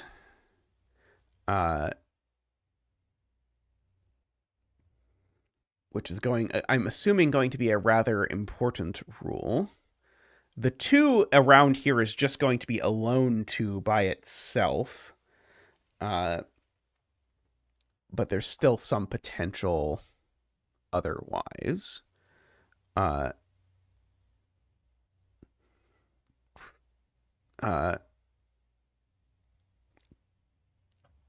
Yeah, I would expect without that it would have an awful lot of solutions. Yeah, I can still sort of see some modality here, in terms of the 6s, unfortunately. I of course am going to need a lot of shaded cells around the 11s. And I'm going to need a lot of shaded cells around the 13. But I can get to the 13 without shading that cell, unfortunately.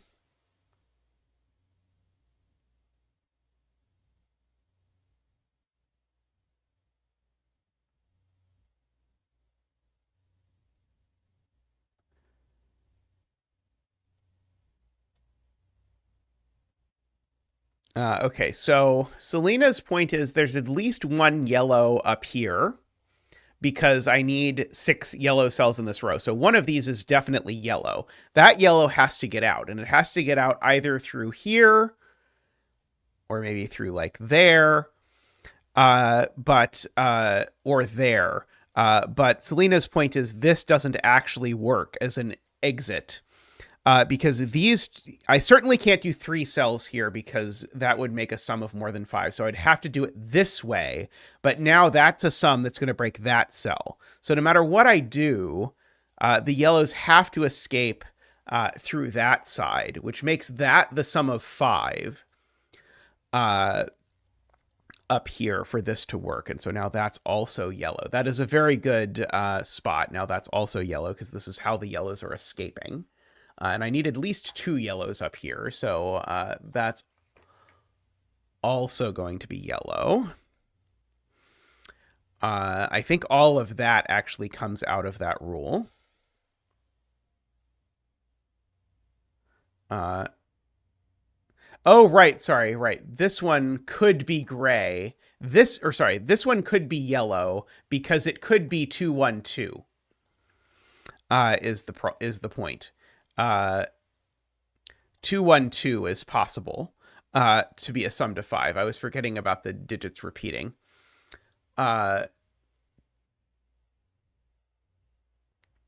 Okay.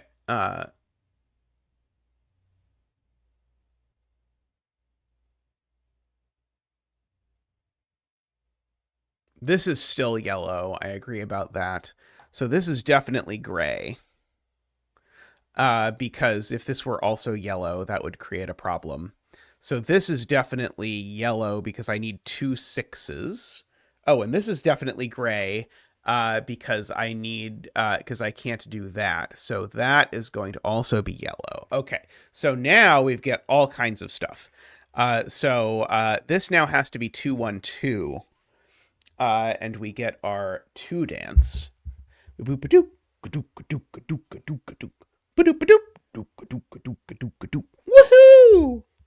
Woohoo! Woohoo! Thank you, Zach. Thank you. Good point on the fact that I had erroneously assumed that digits can't repeat, which they can. Okay, and so that is a 6, and that is a 3.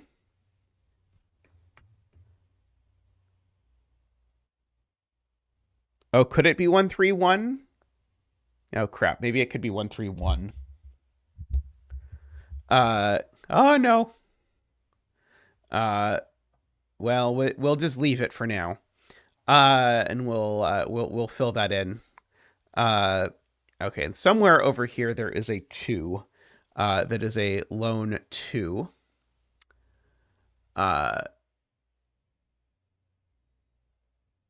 And oh, that's right. This is still a 6. That part is true.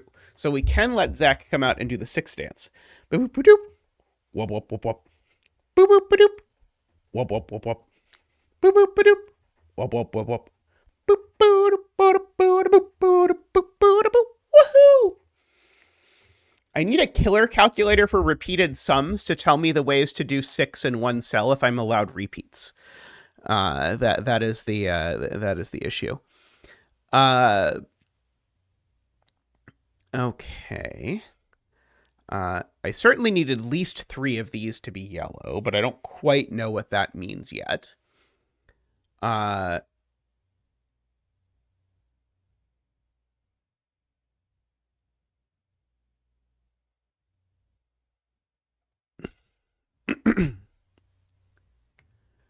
Garion points out this cell can never be yellow, because if it is yellow, it can't get out this way because that would break the 2, and it can't get out this way because that would break the 3, 4. So that is always gray.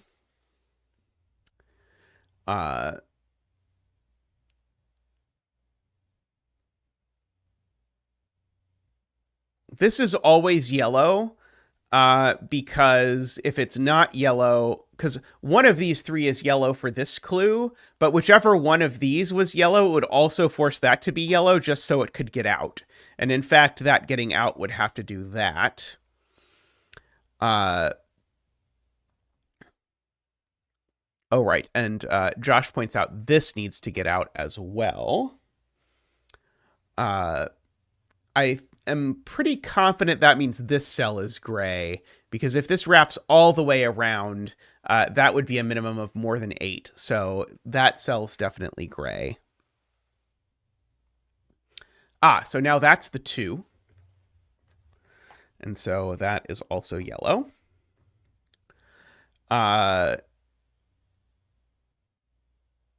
Oh, this also can't be yellow, because if this were yellow, that would be 1, 2, 3. 1, 2, 3 is 6 plus 1, 2. That would be too many as well. So that is also gray. While we're at it, right, now the 5 can't be 2, 1, 2, because if it was 2, 1, 2, it would repeat the 2. So now it is 1, 3, 1. So now this is a 4. Because if this is yellow, I would need these to be 1, 3, which they can't be. So now that is 4, and now all of the remainder of these are yellow. Because we need 6 yellows in the row. Column 3 has 5 grays in it, and 5 is the magic number because we're in an 11 by 11 grid. It would have taken me years to spot that. And 3 plus 1 needs a digit that can together add to 6, is pointed out. That digit is a 2. It is claimed. Oh, sorry, yellow, not gray, correct. Yellow, not gray. So we gray the rest. Yes. Okay, good. Okay. This is still a 2, though.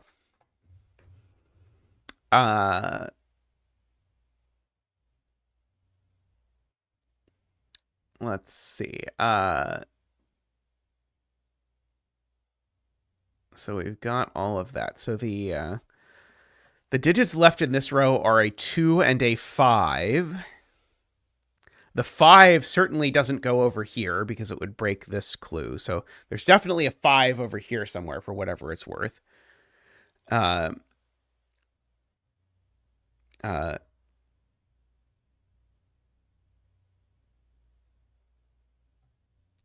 right. Okay. So Sayori points out these 1s looking over here tell me that if this were yellow, these would sum to a minimum of 5, which is too big. So that is gray. And this one tells me if this were yellow, these 2 would sum to a minimum of, in fact, this one would sum to a minimum of 7. So that one's even more gray than the other one.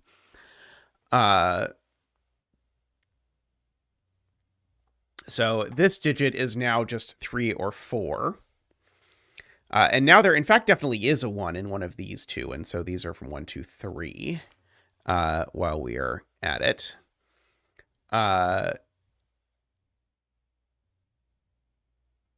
Okay.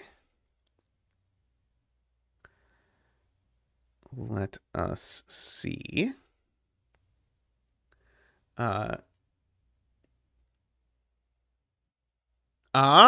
Yes, that is gorgeous. Okay, so Carl points out I need to place 2 more yellows in row 2. And if I place one of them here, I can't place the second one. So this is always gray, and so we have to play footsie with the yellows. So there we go.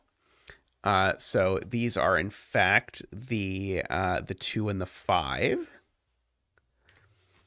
Oh, I have all the grays in row 3 because there's only 5. Right, so all of these are yellow as well.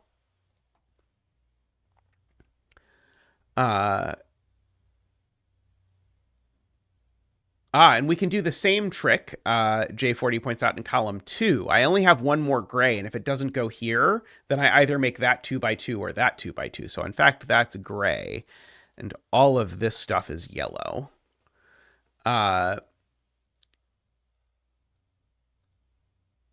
Which means that this is only ever a 1 or a 2.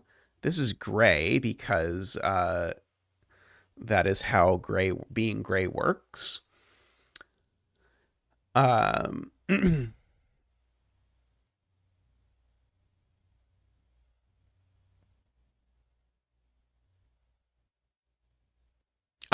the question is this a single digit 11 or not? But I think that would repeat the 1 in the row if I understand how the rules work. So that grows. So that's gray. Good spot. Right. If I don't use a 1 and a 2 in this sum, points out J. Dyer, then we break it. So in fact, that has to be a 2, and that has to be a 1, which makes that a 1, which makes that a 4, makes that a 1, and makes that a 2, because now we know this is the 3 sum. Very good spotting. Let's see. These are a 3, 5, 6 going on. Funnily enough, I think there's no way to make these 2 sum to 7. No, there is. There is one way to make those 2 sum to 7. Annoyingly, that could be 2 and that could be 5. Well, this certainly can't be a 6. I can at least say that, because if this was a 6, 6 plus 4 would be 10, and I can't make that a 1, so that doesn't work. So I can at least do that part.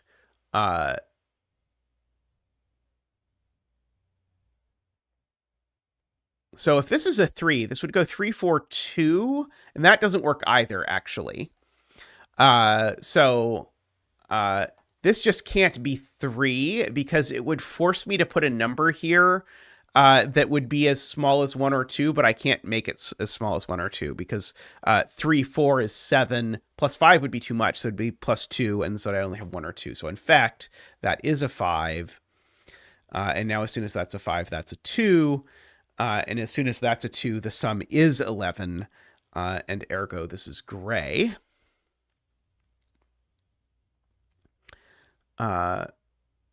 So we've got all of that.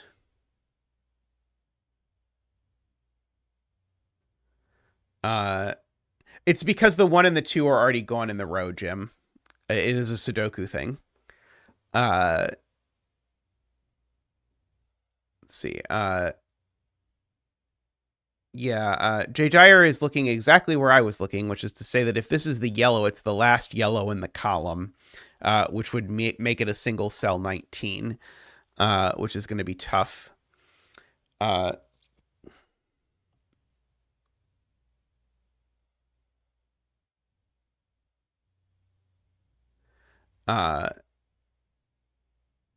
Because there was a 2 looking at this cell.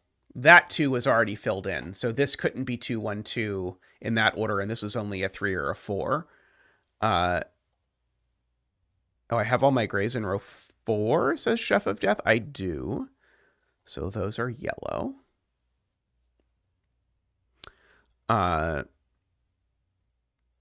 Okay, so now this can't be a 6, because if this is a 6, I would need this to be a 2-cell sum to 5, and it can't be. Because of the 1 and the 2 that are gone. So now this is a 2-cell sum to 8, and it's 3, 5. And we know the order, actually. And these are a 4 and a 6, and we know the order actually.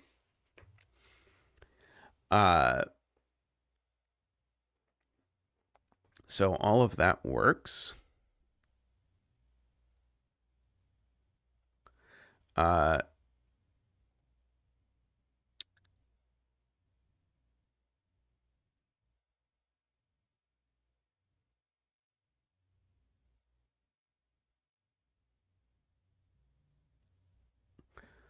Right. 4, 5, 6 is only 15. So I definitely know that's yellow. I agree with that assessment. And I know one of these two is yellow at least. So that's sort of a virtual 4 yellows, if you like. Let's see. What are these? These are 3, 4, 5, 6. And that's not 5 or 6. That's not 3 or 5. That's not 3. For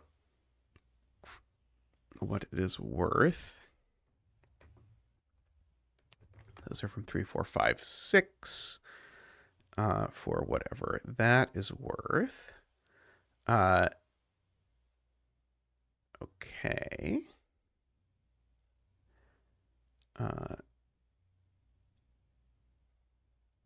I seem to have run out of clues a lot of the way before the puzzle is over.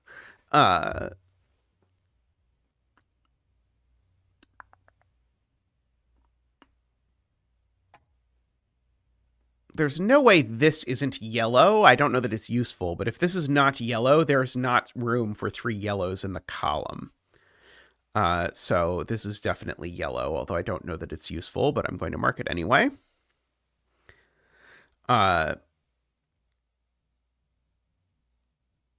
Let's see, what else? Oh, and we've got to be on the lookout for things that see every digit. Because there's inevitably going to be some naked single nothings in the grid. That may be important to solving the puzzle, and we're probably getting close to the point where those can start appearing. Let's see.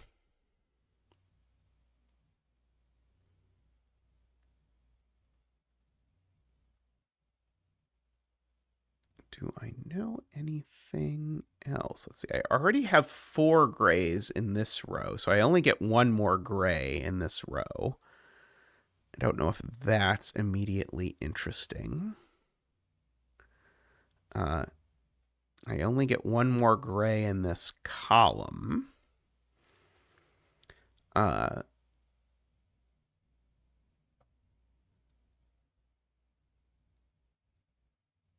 see. What else is happening here? Let's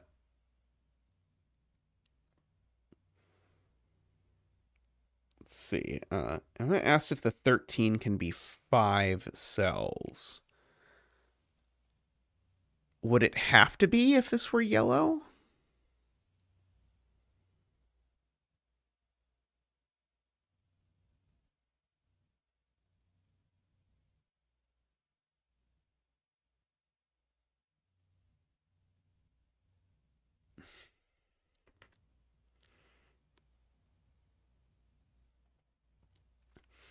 I think dumediat is claiming this can't be yellow.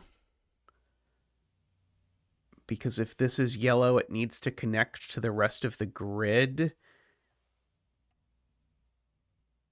Is there a reason it couldn't go that way? What's wrong with that combination?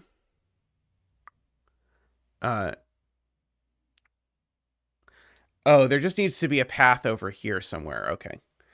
Right. You're just saying it just doesn't go through that channel exclusively.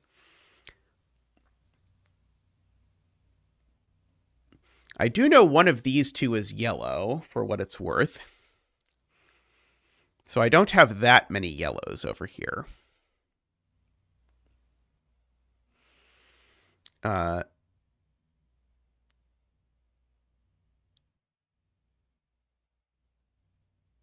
Oh, if this doesn't have the last gray in the row, got it. So Emma's saying this 13, if I look at it, if neither of these is gray, then all of this is yellow. And so then the question is, does that break? And the answer is, but it is a very good point that it really wants that last gray in the row so that it doesn't have to do this.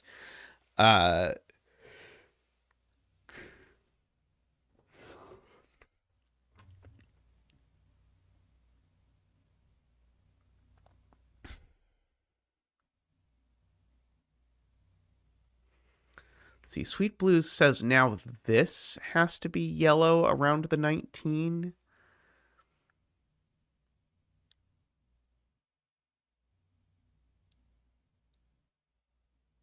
Why can't the 19 connect that direction?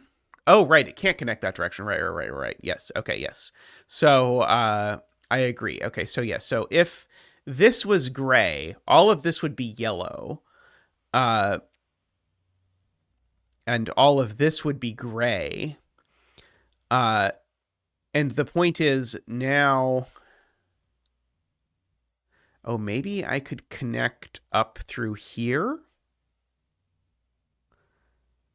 It's going to be awfully difficult. No, because this is going to have to connect over there. Okay, the way I see Sweet Blues' point is pretty complicated, but I do agree with it. I think that if this is gray, it breaks connectivity in a pretty complicated way. Sorry, so this is not gray, so it is yellow.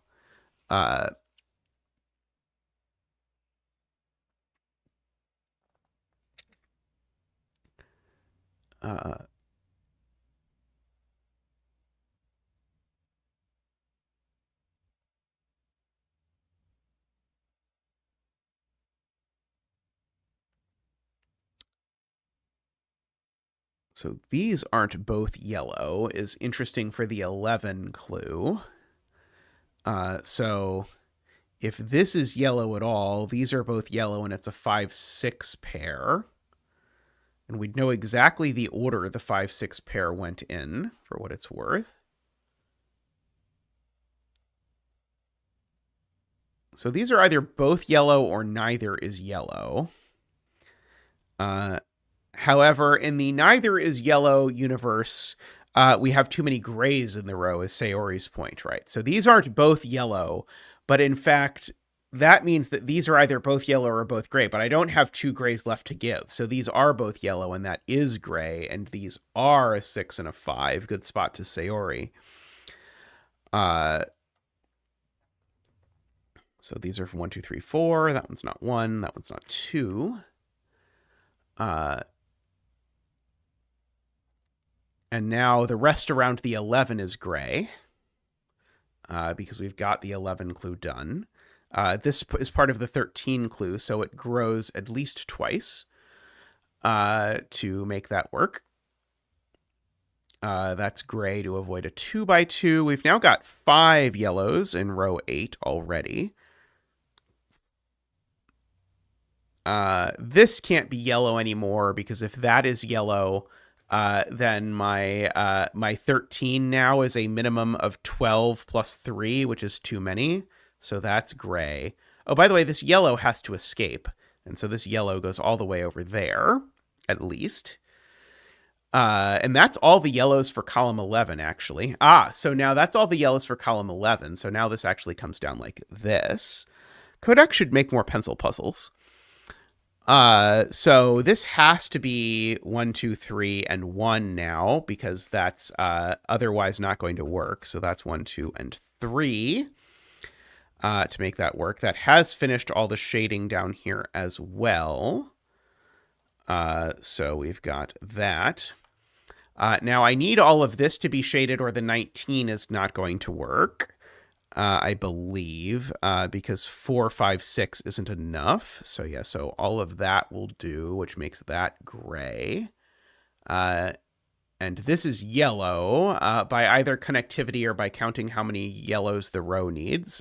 Take your choice of those two options. So this column now has all its yellows. So we've got that. This row has all its yellows, so we've got that.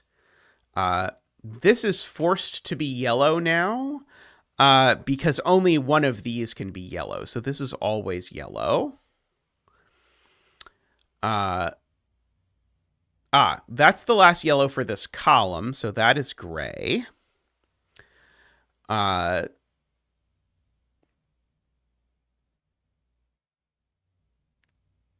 Okay.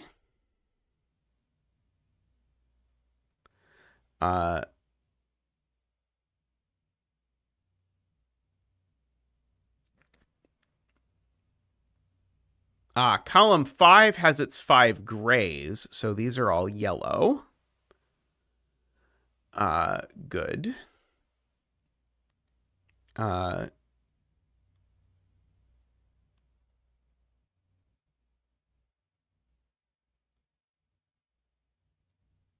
Let's see. So it's a 1 and a 2 that are left in this column. It's a 4, 5, 6 that are left in this column. So we're at most 15, so this needs to be at least 4. Smallest of smallest things. Josh claims this 19 sum is forced, which I find difficult to believe, but not impossible.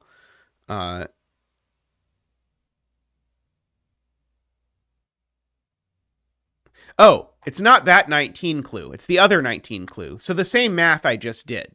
4, 5, 6 plus 4 is the maximum that this can be, which is 19. So indeed, this is 4, 5, 6 plus 4, which makes that a 5. Yes. I kept looking at Josh's point. I was not ignoring it, but I kept being like, I see no way this math could possibly be forced. What is Josh talking about? But in fact, exactly the same math repeated elsewhere in the grid where it was very relevant. Like that. Let's see. So this is a 1 or a... this is a naked 3, actually. If you look at everything it sees, which makes that a 4, making that a 3 and a 2 and a 1 and a 3. The sudoku in this has been very satisfying because everything seems to unravel a lot. So that's a 6 and a 5, which makes that a 4 and a 6 and a 5, makes that a 4 and a 6 and a 3, makes that a 2. Let's see. Okay, so these are 4, 5, 6. Those are 4, 5, 6. That is not a 4. Column 7 now has 5 grays, so it does. So these are all yellow. So these are 1, 2, 3 again.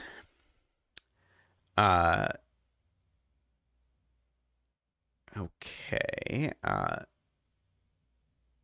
So, yeah, we have not gotten any naked single nothings yet.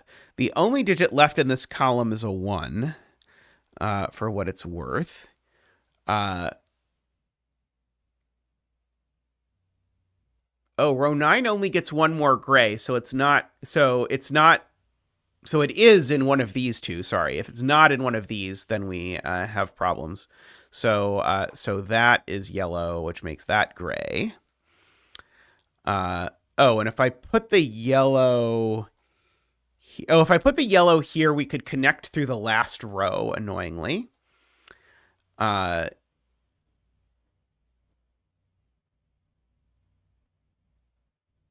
this is naked. That is a 3. That's a good point.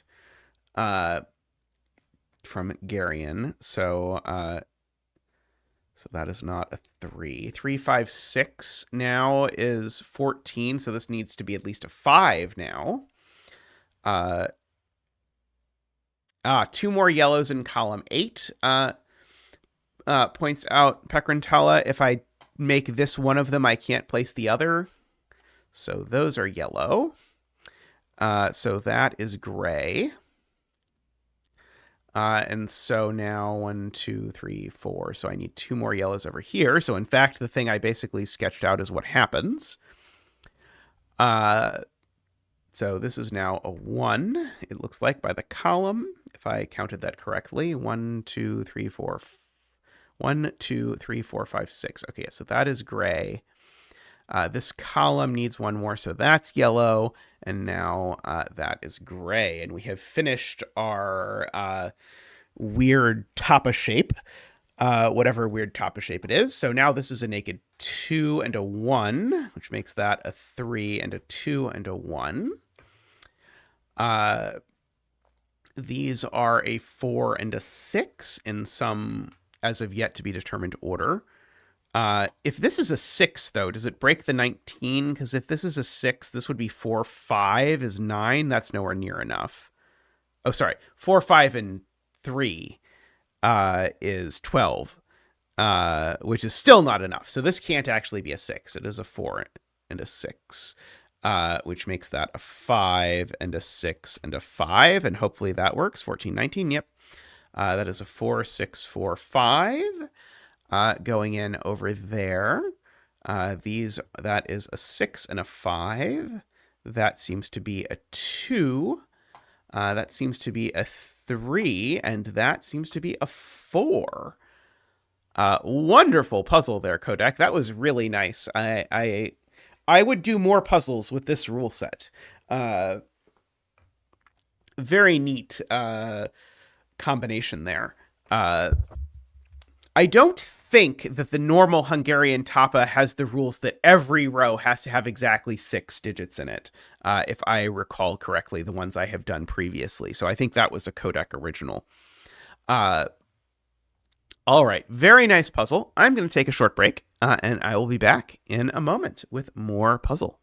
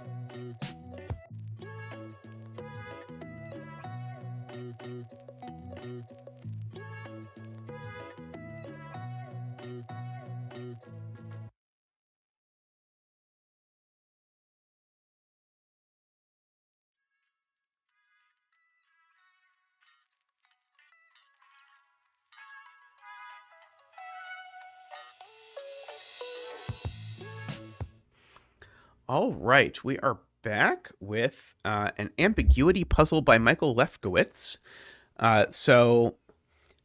This is an interesting looking puzzle. So each city, aka 3x3 box, obeys one of the four rules: Renbon, Nabner, Thermo, or Whisper. And the only additional rule is that each square tells you how many cities have that same one. So if there are four Renbon squares, that would be a 4, for example, is how I read this. So, for example, one consequence of that is these two are not the same kind of rule. Because if these two are not the same, because if these two were the same kind of rule, they would have the same number. Okay. I think box 4, I think we're going to know what it is right away. Because this is not a Renbon because it has a 1 on it but no 2. It's not a Nabner because it has a 3 and a 4 on it.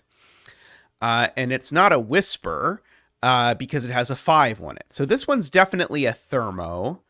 We can let orange be our thing for Thermo. And so I know that's not the end of the Thermo with a 9, because if that was the end of the Thermo with a 9, then everything would be a Thermo, including making that also a 9. So in fact, that is a 9, and we get to do our 9 dance again. Woohoo! Waha!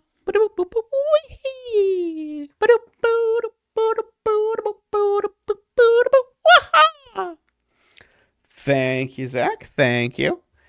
The squares kind of add up to 9, Lakia. If you interpret that correctly, then I think it is true.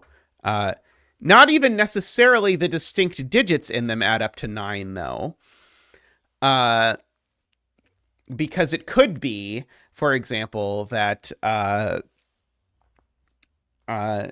that there are two things that there's only one of. And Setter is in the house. Welcome. And the Setter of the previous puzzle showed up right as we finished it. That was a wonderful puzzle, Kodak. I loved that. You should make more pencil puzzles because I really enjoyed that one.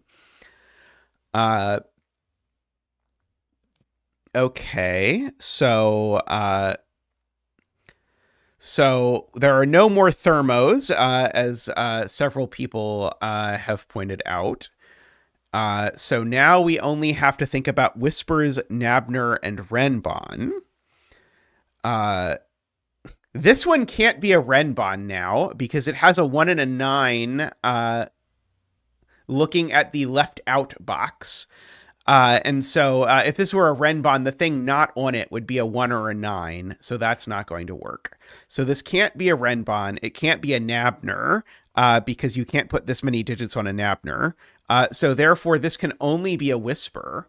And in fact, we've learned that 5 of the boxes contain Whispers because of that.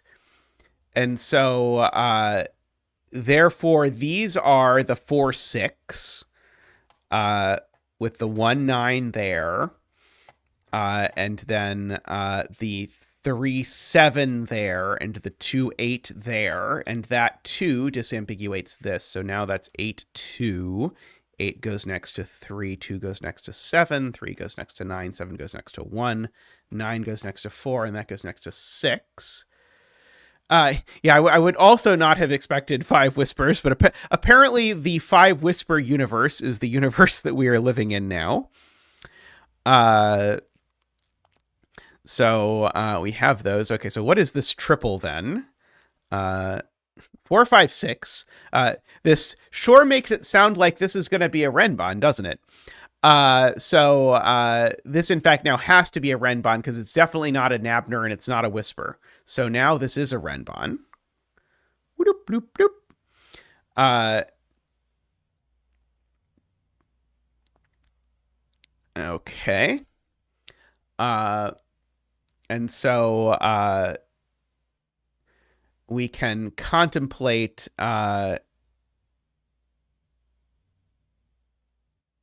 so there's one of these, there's 5 of those. That means that in total, the remaining amount is that there are 3 remaining things. So there's one of them and 2 of one of them, I guess. So it's being pointed out there needs to be a 3 or a 7 on here, and it's there.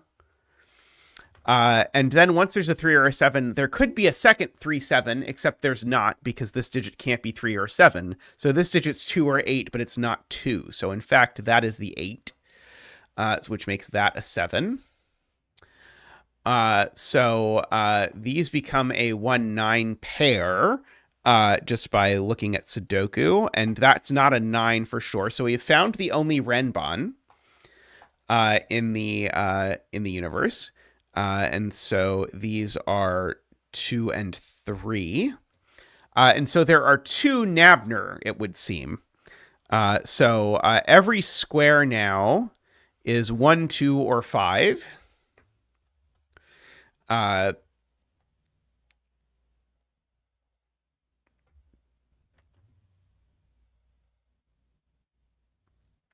It could not have been a thermo dumediat because this square means there's 1 total thermo in the grid.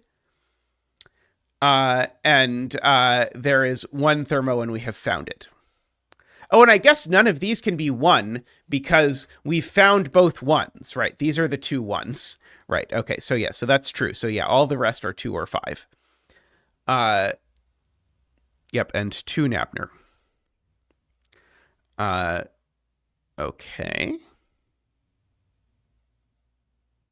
I had hypothesized originally that this was going to be my last puzzle of the day, but it is possible that there will be time for another puzzle.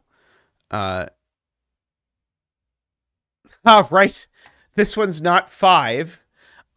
Because if it was 5, it would make it a whisper, and then it would be a 5 on a whisper. So this is definitely a 2, meaning that this is a Nabner, which makes this a 5, and makes this a whisper. Very good. So if these were high, they would be 6 and 9, for what it is worth. I don't quite know what to make of that.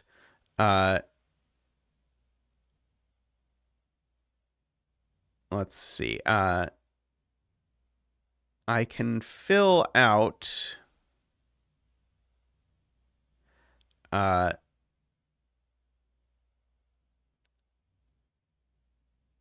right. So people are encouraging me to use circle counting logic, which is that one of these is a 2. And so if one of these is a 2, neither of these is a 2 because there's only one more 2. Very good. I guess these literally are counting circles, right? And no, not quite. They're almost, but not quite counting circles. So we can mark in our whispers. And so now, these definitely can't be high. They're the same thing, and they've got to be low. So these are from 1, 2, 3. They can't be 4 either because of the structure. So these are 7, 8, 9, and that one's not 9.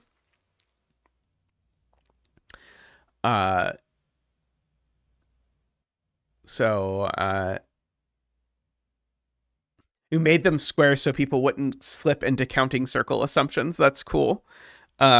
Seems wise. Let's see. Yeah, the other 4, 6 in the column is here. I guess we know that's true. So this is definitely a 1 or a 9.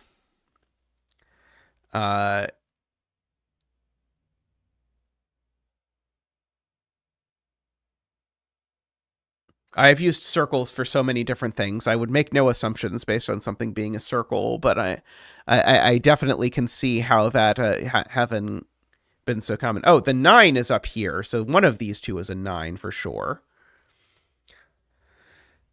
So I'll write 6 in them in the corner. Upside down 9.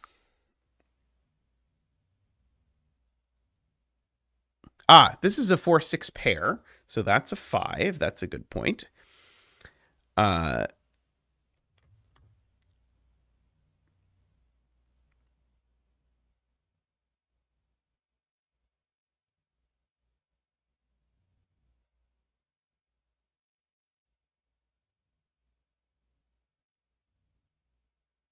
so row 8, column 3, a 6, 7, 8. I can't imagine that's the cell that's actually being talked about, but maybe it is.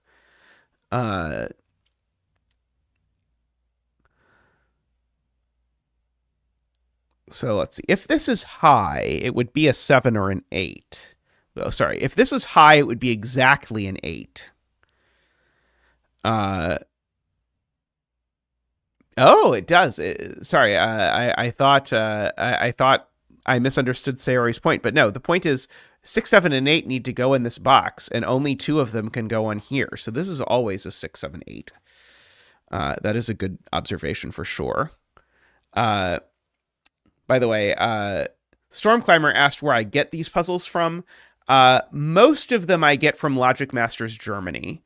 Logic Masters Germany. And so if you click the link up at the top, it's pinned at the top. You'll get a link to where this puzzle is on Logic Masters Germany. But I and lately mostly actually Tristan will browse Logic Masters Germany and just throw puzzles that interest us into a list.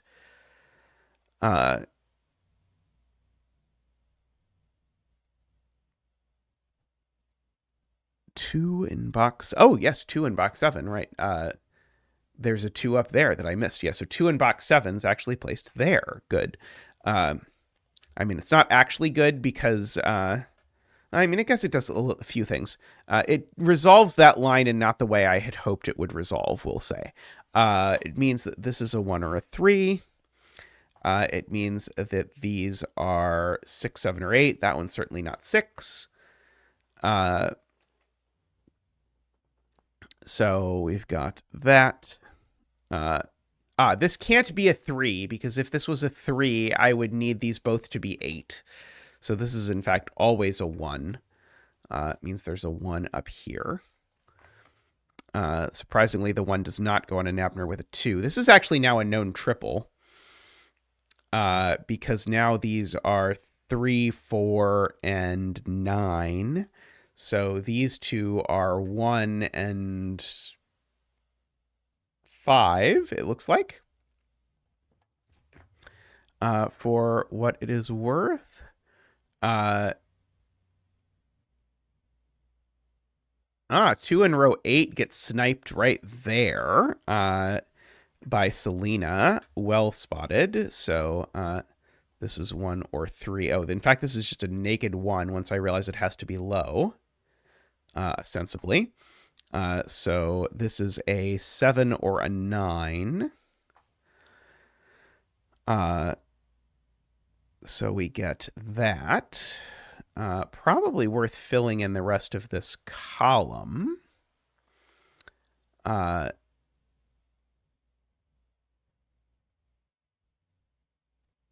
Almost interesting. I mean, the fact that these numbers are crammed together is quite interesting. 2 is placed in column 5. It's been pointed out. 2 is there by J40. Good. Let's see. 5 is in one of these 2 spots.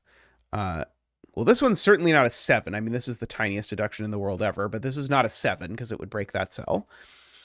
If this is a 6, that would be an 8.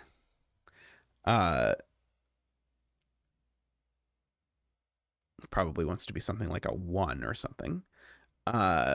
More likely. So I've got to somehow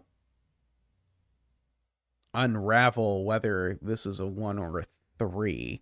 If this is not a 3, then that's a 3 with a 9 and an 8, but I don't see any problem with that. I do see that these are from 6, 7, 8, 9.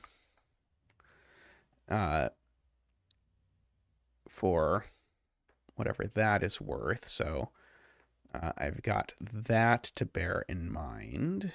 So there's definitely a 3 in one of these two cells. And then what else am I missing? I'm also missing a 4. But the 4 could go there, and it would be okay. Okay. Noted. So I've got like just 2 more 2s left, I think, because one of those is a 2.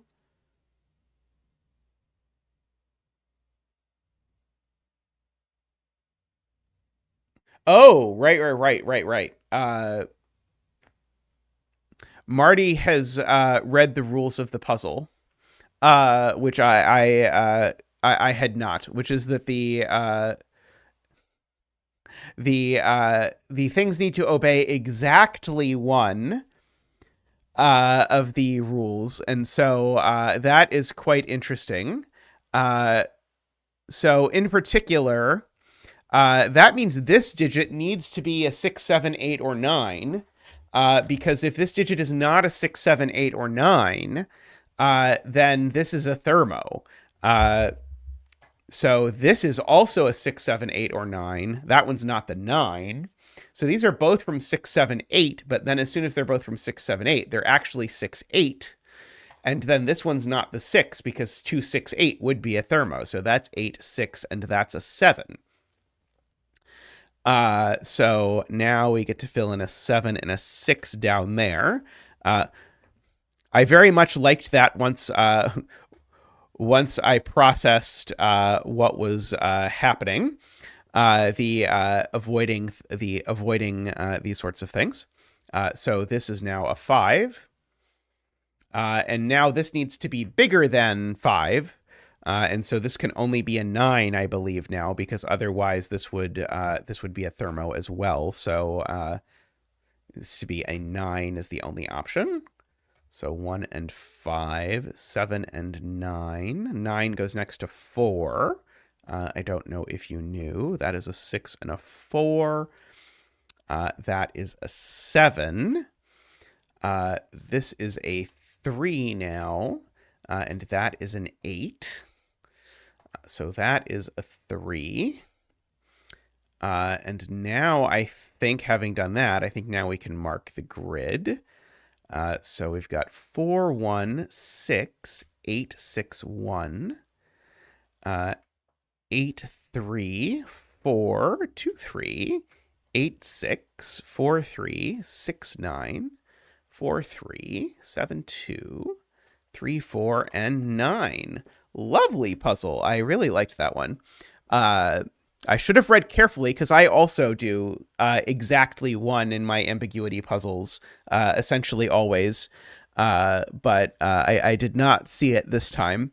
Yeah, probably the exactly 1 would have been very useful for noting that the whispers were not Nabners as well. If I had noted that, that would have been helpful. Yes, that was delightful.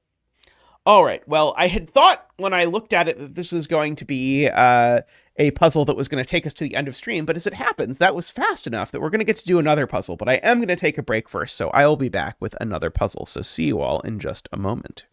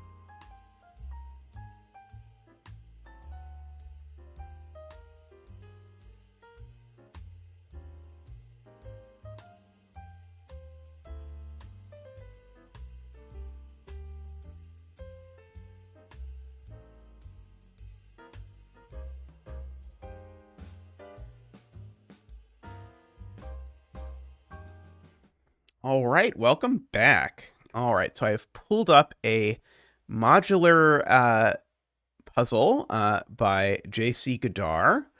Uh, so, uh, so these lines are modular lines. Those are probably the ones you're least likely to have seen. And so these are number pad lines. So if you look at your number pad, these things alternate between each of the three columns of the number pad. So 147, 258, and 369. So every third digit is the same, and then every digit sort of pairwise are the same, or sorry, are different. So we need, basically the way it's usually said is all three of these need to be one from each column of the number pad. These digits need to sum to 5, these digits need to sum to 10, and these digits need to have one be double the other. So, I mean, I guess the go-to starting point would be to say that those are from 1, 2, 3, 4. Also, I kind of want to color this line for modularity. Oh, this is a third yellow. Yes. So this cell is definitely not yellow because two yellow digits. Oh, there's a global modularity rule? Oh, yeah. Every 2 by 2 square must contain at least one of each set of residues modulo 3. So there's also a global modularity rule. Who knew? I definitely did not know that when I looked at it. I was like, oh, hey, it's cool that this resolves. So the thing I know is I know this isn't yellow. Because yellow and yellow does not sum to 10, whatever a yellow happens to be. I guess I should mention that these are green purple, perhaps. Now this could be yellow if yellow is 3 or 6. This could also be yellow and also be 3 or 6.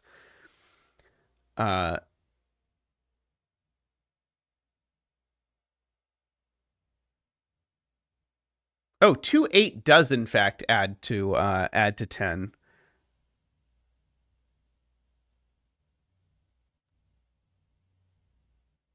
Why on earth am I? Yeah, yellow could be 2, 8. Yes, okay, yes, agree.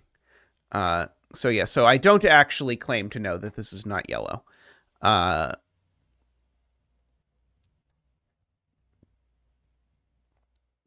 Those two are the same. It would be tough for the same thing to be green, but it doesn't have to not be green. The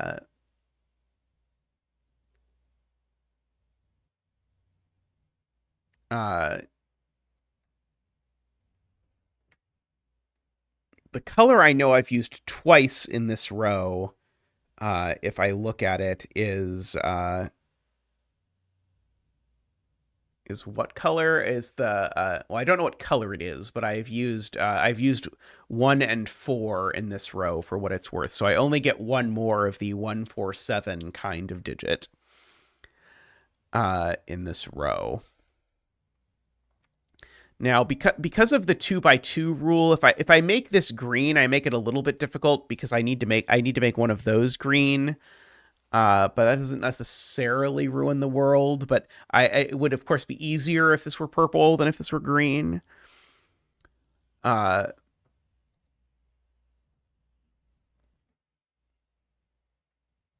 see, it's those two that are the same and these two that are the same.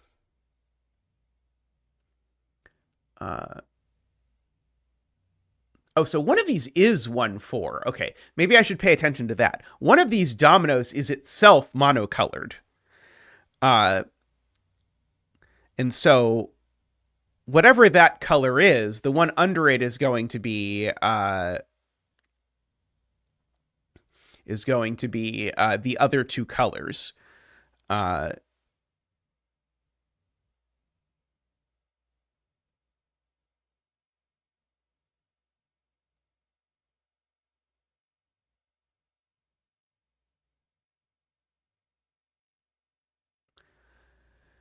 Uh,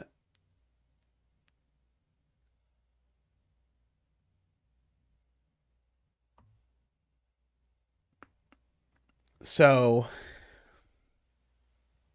right. If this was purple, that would break. Uh, because if this is purple, then this would be a yellow-green pair, right? Uh,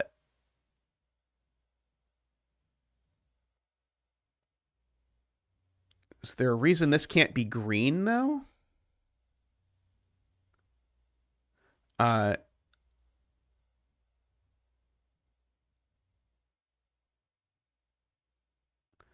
uh, so one of these two is 7. Uh, wait, no, we don't know. We don't know that yellow is 147.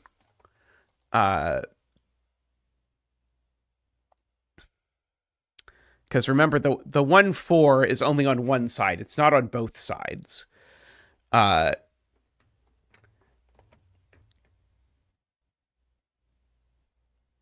uh, Hungarian thinks we do know that yellow is 1-4.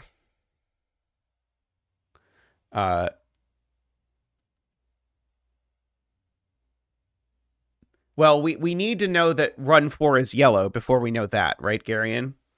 Why do we know that 1-4 is yellow? I have seen that we break a box, but all I see is that if this is purple, it breaks the box. But I don't see why if this is green, it breaks the box.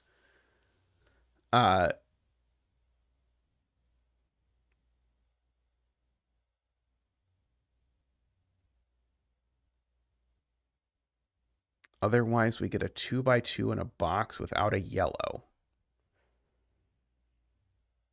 I don't under which box. Like if this is green,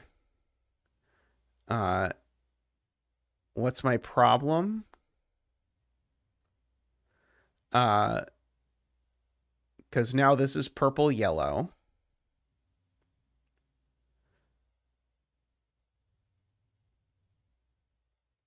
Oh, the problem is now okay. So the problem is now this is a 2x2 without the. So it's not yellow at all. It's green is the problem. So yeah. So if this is green, now this 2x2 has no green because we've used the 3 greens. Okay. And if this is purple, then we have the problem that these are yellow-green. So there's 2 separate proofs here that sort of rule out purple and green. And so whichever one of these is the one for it is yellow. And so that means the last yellow in that box is a 7.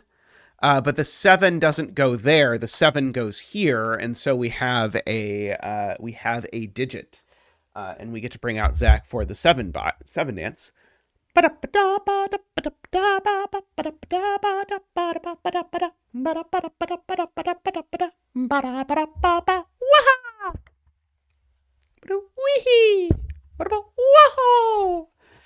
Thank you, Zach. Thank you.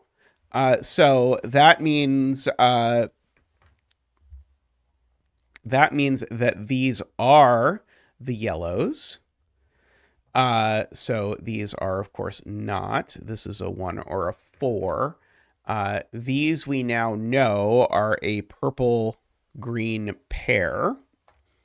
I'll draw a line across them to note that this is a purple-green pair.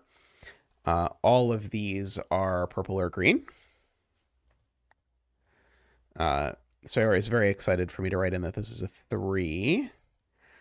So this is 3, 6, or 9. Just for the record, this is 2 or 8, I believe. So, funnily enough, these are also a purple-green pair. Of note.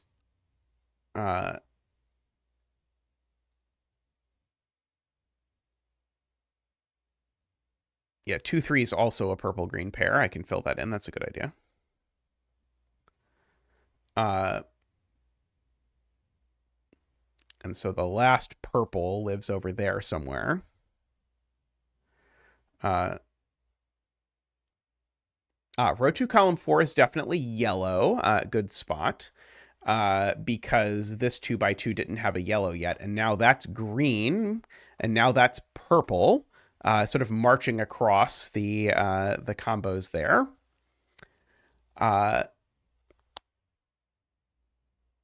And now that's yellow, actually. We get to continue this. That's green.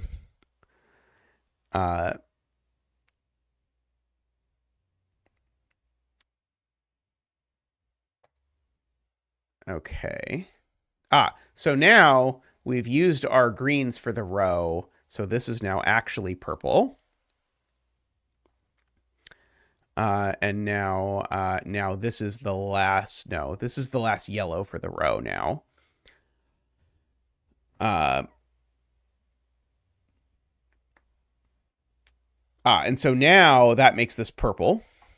Sorry, it does make that purple. It does make it purple, which then makes that green to finish off the box, which now makes that purple and that green to make this all work out. Or it doesn't work. So we've got all of that. I know that one of these two is yellow. Oh, I know that's not... Oh, no, sorry. Never mind. I know each of these are green or purple for what it's worth. I just don't know which yet.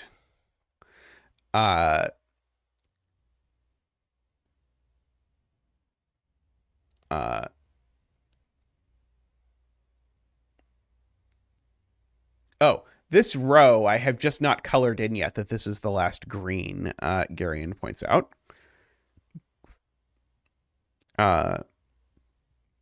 So that makes that purple, because now we've got 3 greens if we take into account the red line. And so now that purple makes this green, which now makes that purple. And so we've got all of that razzmatazz going on. Very good. Now this is green, right? Because now this 2x2 has that. So that's green, and now that's purple, and now that's yellow. Just sort of marching across with our 2x2s ruling.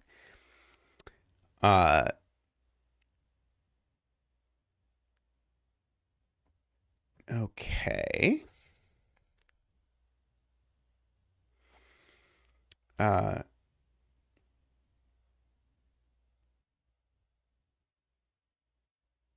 This is a 7. Because it sees the others. So these are, of course, 1, 4.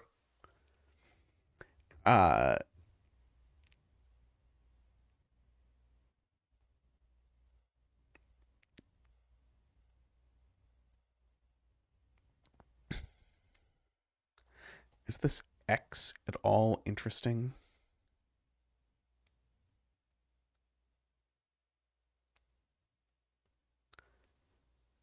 I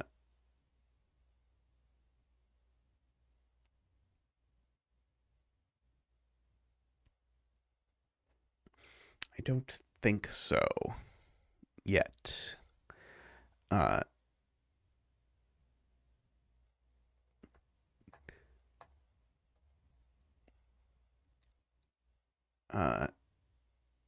know that these are different. So I know that these are different. Oh, right. I just know that this is the 2-8. I should just fill in the 2-5-8 there. That is probably a smarter way to do that. I know that these two are the same, and whichever thing it is that they're the same as, it's the last. Those are the last ones for the column.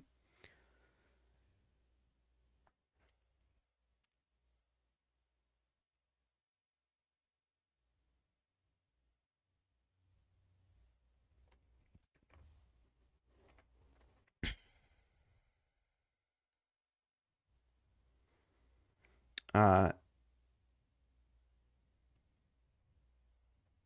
right. This is a 1-4 and a 2-8 is the point, because this is not 3-6, so it's from 1-2-4-8. So there is a yellow on it, which means that everything else in the column is purple or green. Okay, got it now. I kept seeing people saying it, and I was trying to look for a color reason why there needed to be a yellow down here, but it wasn't a color reason. It was a black dot reason why there needed to be a yellow down here. Uh, uh,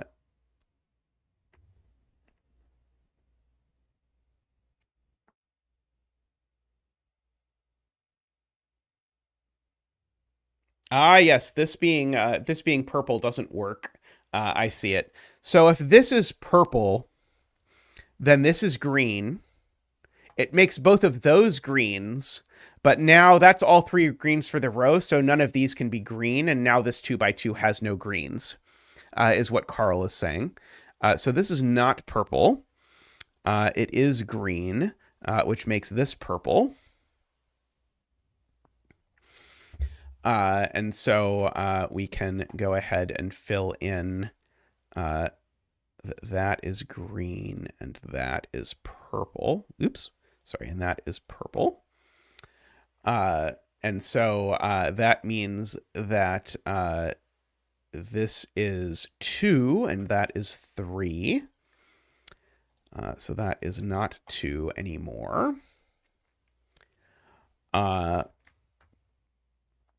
For what it is worth. So this is not 2-8. It's not 3-7. So this is 1-9 or 4-6. So this is always a yellow-purple pair. Because of how we just checked the cases. It's always a yellow-purple pair.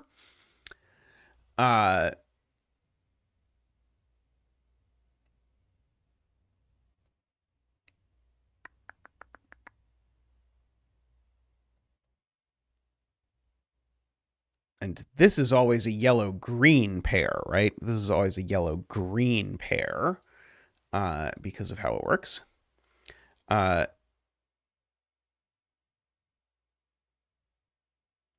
Right. This digit, if I fill in, I was trying to sort of avoid sort of spamming this everywhere, but if I fill in those are a 6-9 pair, it tells me that's a 3, is a very useful thing to know. So now this dot now sees 3 in both places, so now this is from 1-2-4-8. Oh, I guess I already knew by entropy, if I had been smart, that this was not a 3-6 dot, but I was not smart. So this is a yellow. Sorry, this is a yellow-green pair. There. For what it is worth, because of that.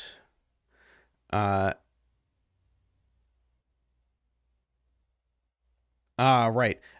Emma's pointing out that there needs to be a purple in these cells.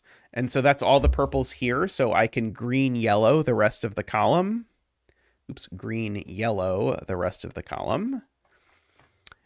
I agree with that.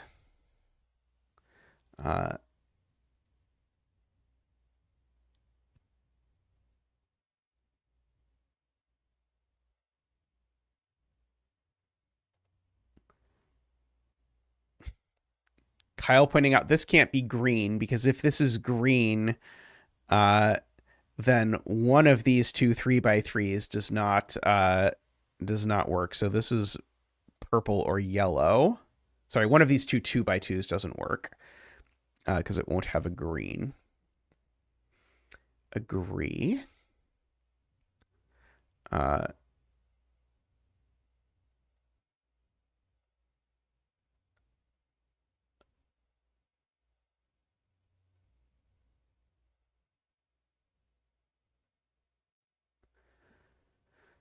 Uh,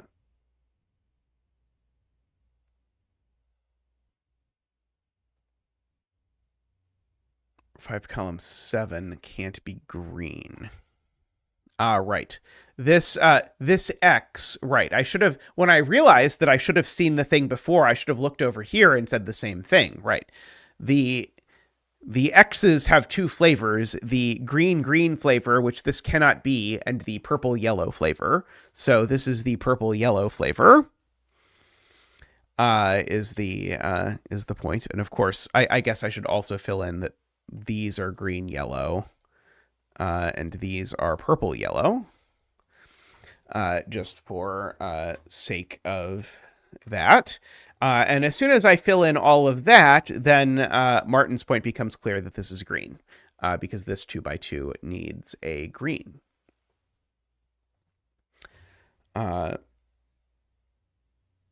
Okay. This is purple for similar structural reasons that would break this 2x2 if it were not.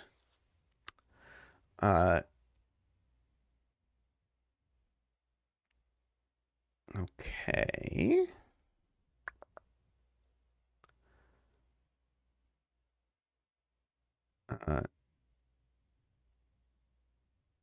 The last green in column 8 is in column 8. I agree. The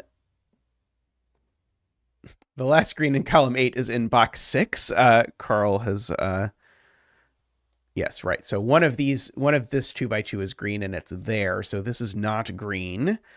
So this is also purple yellow, which now actually does make both of these green, funnily enough, making that purple yellow as well. You did miss the Krydex puzzle, Michael, but it was very good.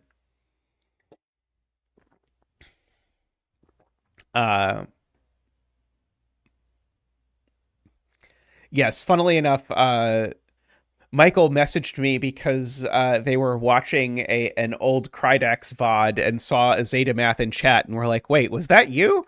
Yes, it turns out it was me.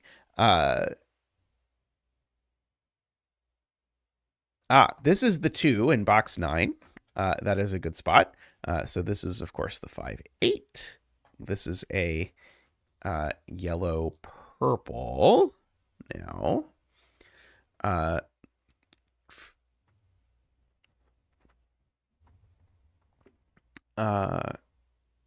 These are from 5-8, I suppose. The last purple in box 7 is purple. This is no longer able to be a 2, so that's no longer able to be a 1, and I'll throw a random digit in there. That can't hurt anything. The last Kropke is yellow-green. Do I know for sure it's not purple-purple? MJ? I suspect you know it's not purple-purple. I'm trying to figure out how... I've looked at this before, and I've not quite seen how I know it's not purple-purple.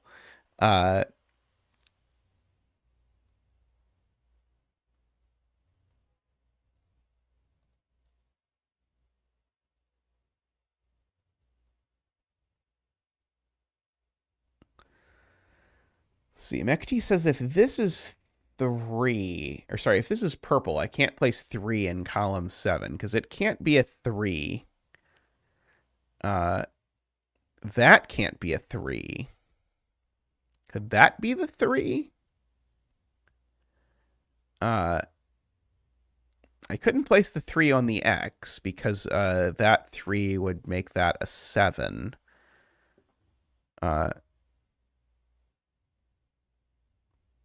Okay. So the point is these two are the same color. So if I make this purple, okay, I agree. I now see it. Right.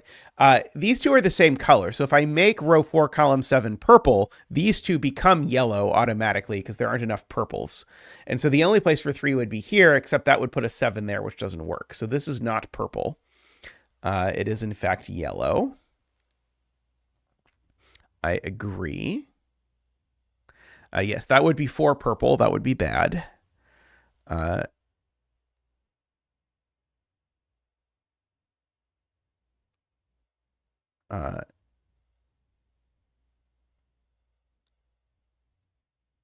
Ah, right. And so now, by the uh, same logic, that's two yellows, so these can't be yellow. Now they are purple, and this is yellow to make that work, which makes this purple. I am having an abnormally difficult time with click purple to make it yellow, which is always difficult, but somehow today has been especially difficult for me. Okay, so that is a purple and a purple in the row for what it is worth. I know there's a green here. Uh,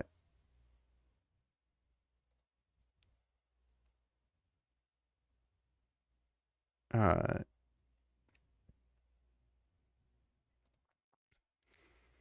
if that's not yellow, these two are both yellow, but I don't know if that's immediately a problem.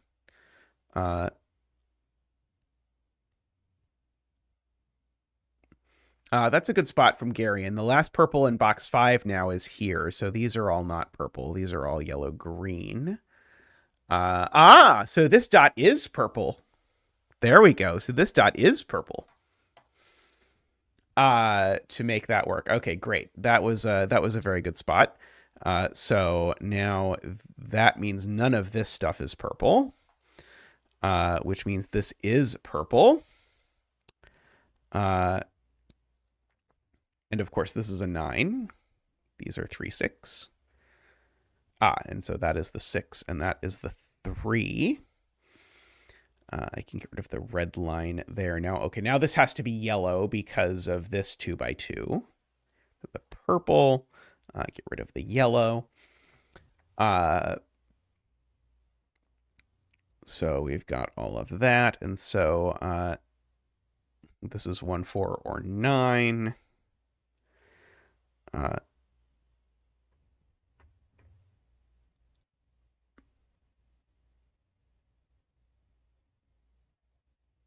Oh, not 9. What am I talking about? This is 1 or 4. Can't. Oh, no, this is 1, 4, or 7. And so this is 3, 6, or 9. Oh, but it's not 3, apparently. So that's not 7. Okay, so it is 1 or 4. Okay, so that has become a 7 by 7 doku. So this is not a 1 or a 4. So now that 1, 4 pair actually says this isn't yellow because the last yellow digit is a 7. So this is in fact 2 or 8. And so this is 1 or 4. And so it is yellow like that. Okay, there we go. This is now purple, points out Carl. This is now green because of that 2 by 2. This is now green because of that 2 by 2. This is now yellow because of that 2 by 2. This is now purple because of that 2 by 2. So we get a whole bunch of goodness all at once in there.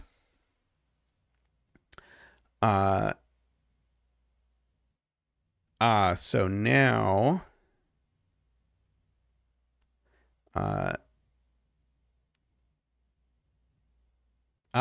that is not a 3, so that is, meaning this is a 6 or a 9, meaning that is a 3, points out glob glob, or glob glob glob, or glob glog gob glob. I'll get there eventually. 6, 9, 6, 9. Okay. That is a 3 just by sudoku. So that is a 7.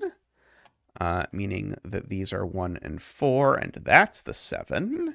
Meaning this is 1 or 4. This is the last purple in row 6, is pointed out. So it is a 6 or a 9.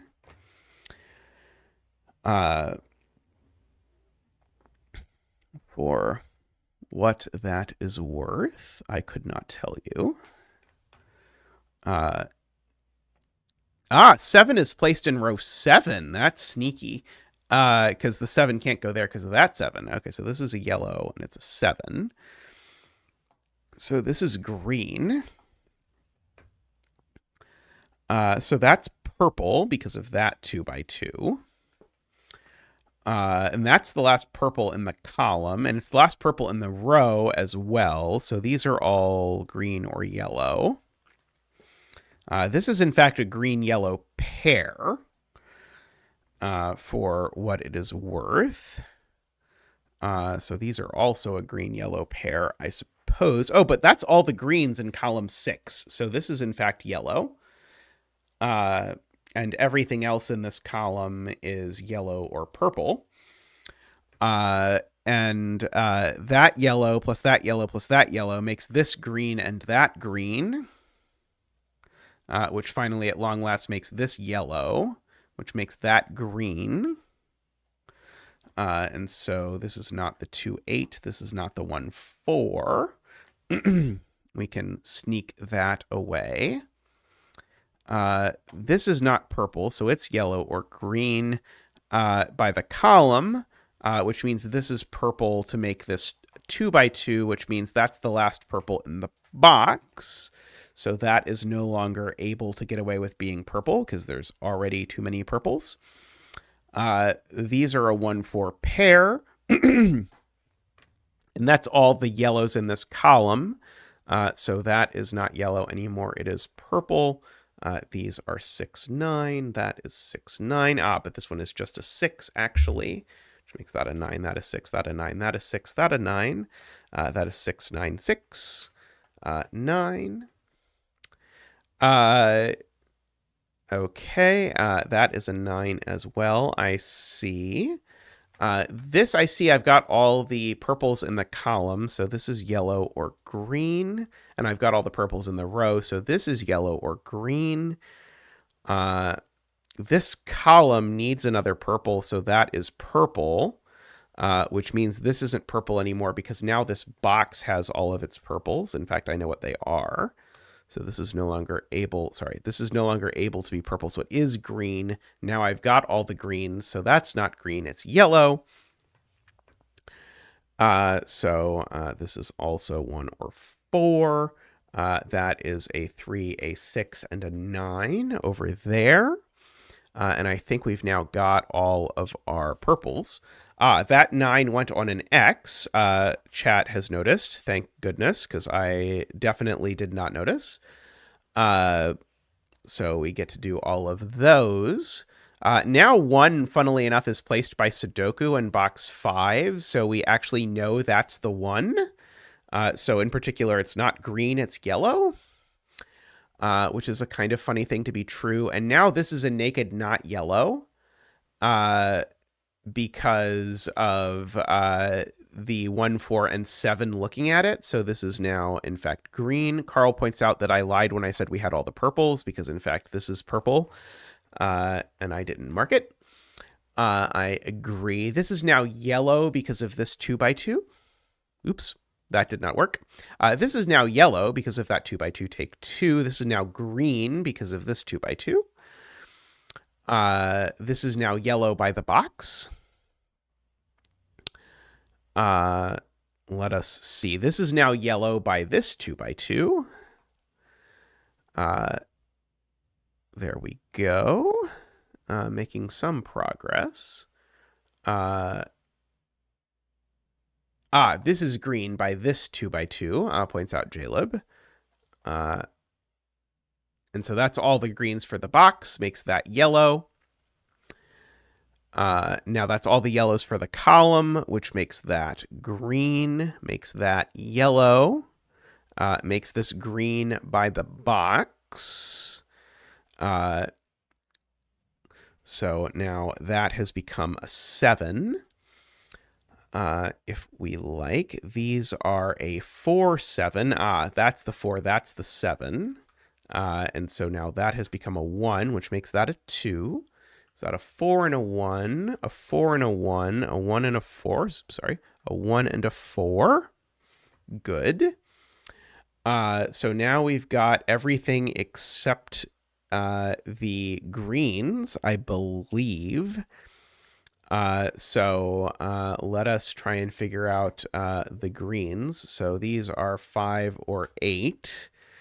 which has made that a 2, miraculously. I guess the point is that 2 really was placed in this box by the crisscrossing 2s. So that being a 2 will make that an 8, which will make that a 5 and an 8 and a 5 and an 8. And an 8 and a 5 and an 8.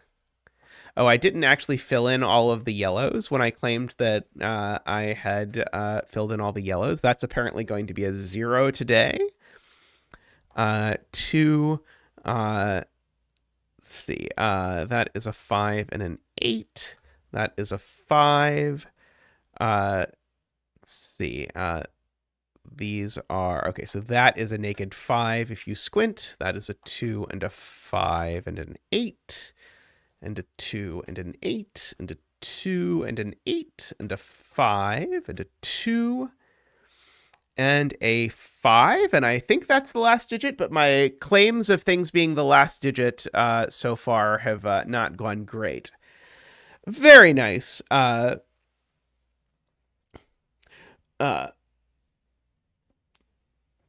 wonder why it's called Tori in the title. Or is it called Torley? This font, I admit, as much as I love basically everything Sven does, I cannot with this font. This is might as well be a squiggle by squiggle. It is Tori. Why is it called Tori? Oh, is that the name of this sort of gate shape? I was thinking tori in the math sense, like the plural of Taurus. Or is it Torli? I still don't know whether it's Torli or Tori. Oh, is it a Slay the Spire thing? Okay, so it is either a Japanese thing or a Slay the Spire thing. Probably the Slay the Spire thing is a reference to the Japanese thing, I'm going to guess. Tori is the gate. Okay, and it is double I. Okay. Chat is very split on whether there is an I or an L there. I mean, I don't see a second dot, and the fact that I don't see a second dot makes me think it's an L, even though it doesn't look like an L, but I guess it looks like the L in Modular, so I think it's an L. Alrighty. Oh, Emma says when they copied the word, it was 2 I's. Okay. So it is 2 I's. Okay. So even though it's clearly an L, it's 2 I's. Okay. Good to know. Amazing. Maybe it's a vertical bar. Open to an LMD, it shows 2 I's. Okay. The whether that is an L or an I has turned out to be a far more fascinating, rabbit hole to fall into than I thought it was going to be at the start of my comment about this. All right, though. I am going to wrap up stream today. Lots of really cool puzzles today. I was particularly fond of this amazing dumediat puzzle that we did, and this tapa from Codec, even if I fear I may have taken some amount of psychic damage off of the parenthetical about including at their centers in the rules here from this dumediat puzzle earlier. But great stream overall. Thanks to everyone for hanging out.